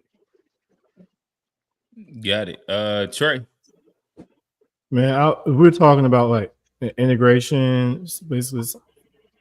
I would say that since that happened, we went from trending upward to trending downward, because we had this mentality where the white man's ice is colder, to where we gave up a lot of our institutions just because we wanted to. Like, a lot of people traded Black empowerment for white acceptance, especially like if you look at a lot of our leaders, the ones that were real riders, they ended up getting killed. But then you had like your Al Sharptons and Jesse Jacksons, who weren't about Black empowerment. They're the ones that are still alive. So, and again, we're talking about schools and educating our kids. The only way we're going to be able to get our kids to be taught the truth is if we have institutions where we're able to teach them on our own. But in order to get that, since we've been economically impoverished and robbed, we got to have reparations. This is the biggest argument I can think of. That it's just not in the form of education in schools. We need the money so we can build it on our own, because like they hate us because we're Black, but they victimize us because we're poor. Got it. And so we do have a new addition to the panel. Shout out Unc, shout out Sess, Majid. So Unc, just allow you to answer the same question. We low on time, so I'm gonna just give you the minute that we giving everybody. Not sure if you heard the question, but I'll ask it again, and then we'll keep going. Is a big issue in the Black community that we don't practice economic discrimination enough? What do you say? Yeah, I think it's a huge problem. But the problem is, I think it's because, you know, majority of the time when you look at the economic situation in Black areas is that we don't own enough stores, and we don't own enough. A lot of things that's around it aren't Black owned. Even a bodegas, the majority are owned by Spanish people or Hispanics. You know, you got Chinese restaurants. You have a soul food restaurant. A person go there, they don't eat the food, or they're really not. You know what I'm saying? They're not thriving. Nothing is thriving that's coming from Black people, because Black people don't put money back into Black people. They'd rather go out and buy. You'd rather go out and buy a name brand white person thing, but you have 100,000 Black people have clothing lines that make just as good as clothes as anybody else, but they won't spend it. Black people have a problem with giving money outside of there than keeping money where it needs to be at. And that's one of the things that's the actual thing is that most of the time it's because of it's some kind of self-hate things or something like that, or they do it, it's better than what we can do. We need to sit and put our money where it needs to be at. We need more black things, and we need to support each other more. But it's not going to happen like that, because the store is going to have to charge more, because they're not in abundance. Like you go to these Chinese stores and stuff like that. You see the vendors and stuff, they're getting it from Chinese people. We don't buy stuff from each other. If we will buy from black vendors and things like that, far as getting our sodas or whatever things, you have a store, whatever, it can stay in there, but it's not going to stay in there because it's not that we don't own stuff like that. We just don't. And I don't know whether it's not because we don't own it, because they, you know what I'm saying, what's going on with it, but it's just, that's just what it seems like. Black people don't want to help each other out. That's just my take on it. Appreciate it, Unc. I might be wrong. With it. John, what's your thoughts? How say your last name? Galt? Is that right? Yeah. All right, cool. Talk to us. So I run a business, Sean. I told you I'm a landlord. Mm-hmm. And there's a Korean guy that comes on my channel. His name is Master Kim. He owns a lot of bodegas, corner stores, shit like that. And he told a story about a black man that wanted to buy a bodega from him. And he told him, don't do this. This would be the worst mistake you ever make in your life. And he said, because you don't have a family that can help you run this store. You don't have kids that can help you run this store. Mm. And I think that, I've been a landlord probably most of my life, probably 35 years. And what I've seen is that it's the mentality of the blacks. Most of my tenants are black. There's a saying that goes around the black community: don't do business with friends and family. You probably have all heard that, right? Mm-hmm. So the only other outcome is you have to do business with strangers. Well, all the people that are coming here, and if you come and listen to Master Kim on my show, he will tell you that the Patels, they call them the Patels, the Indians, the Koreans and the Chinese, like they only do business with friends and family. And so blacks who don't want to do business with friends and family find themselves behind the 8 ball. And I think you'll know things are changing when blacks start to look within and do business with friends and family. Appreciate that. Don P. Yeah, I want to say that to answer that question, I just would say, yeah, it's problematic that we're not. What was the question again? Because I got the answer. The question was, is a big issue in the black community that we don't practice practice economic discrimination enough. All right, so absolutely it is, but here's the thing though. I had the solution in mind. That's why I had a little brain fart. I had a body moment for a minute. So, with that said, that's the whole point of delineation, and that's the whole point of being on. That was a question that you asked last stream. Like, what is being on code and what's delineation? That's what it's all about. It's not about the insults. It's not about throwing tossing insults at each other or fighting and bickering with other people. It was never about that. It was about us focusing on us economically, us focusing on us actually caring about each other. It's about us. We don't have to unify in terms of us all being together in a big group, but we have to be on code, even though we don't even like each other. So even if I don't like Trey, I will have to be more inclined to do business with Trey as opposed to doing business with a Korean person or anybody else, because that's what other groups practice amongst themselves. Got you. Just because they do business amongst themselves doesn't mean. Hey, Don P, not to cut you off. I'm gonna try and give Kamu and TBI a quick second to kind of wrap up. We right, about at a minute 30, so as fast as y'all can wrap it. TBI, start with you. Yeah, I would say definitely. I feel like us practicing like group economics is key. But I feel like we also have to go into it with a mindset of, because it's like these groups, they exclude people. Like us as a people, we've been hesitant to do that. But to start that group economics, we have to get comfortable with excluding and like, hey, we on our own. This is us. But it's like I think we've run away from that so much and wanted to integrate so much. It has hurt us a lot when it comes to group economics, and it's been a lot of propaganda through the media where these Gucci's and all these things they have marketed it to us so much that we have to pull back and have a strong mindset to be able to, because it's really it's really warfare when these people say like, hey, you can't shop over here, or I'm gonna give my brother a discount and I'm gonna charge you. That's Hey, really TB, I warfare. gotta cut you off. We gotta think like We pretty much at that limit. Hey, yeah, Kamu, go y'all know Kamu. Check out the Instagram if y'all want to see Kamu more. But again, this has been a great conversation. It's been a To Be Fair show featuring the G-ish podcast. It has been Unpacked. Check us here next week, exact same time, exact same place, space. Peace. Panel.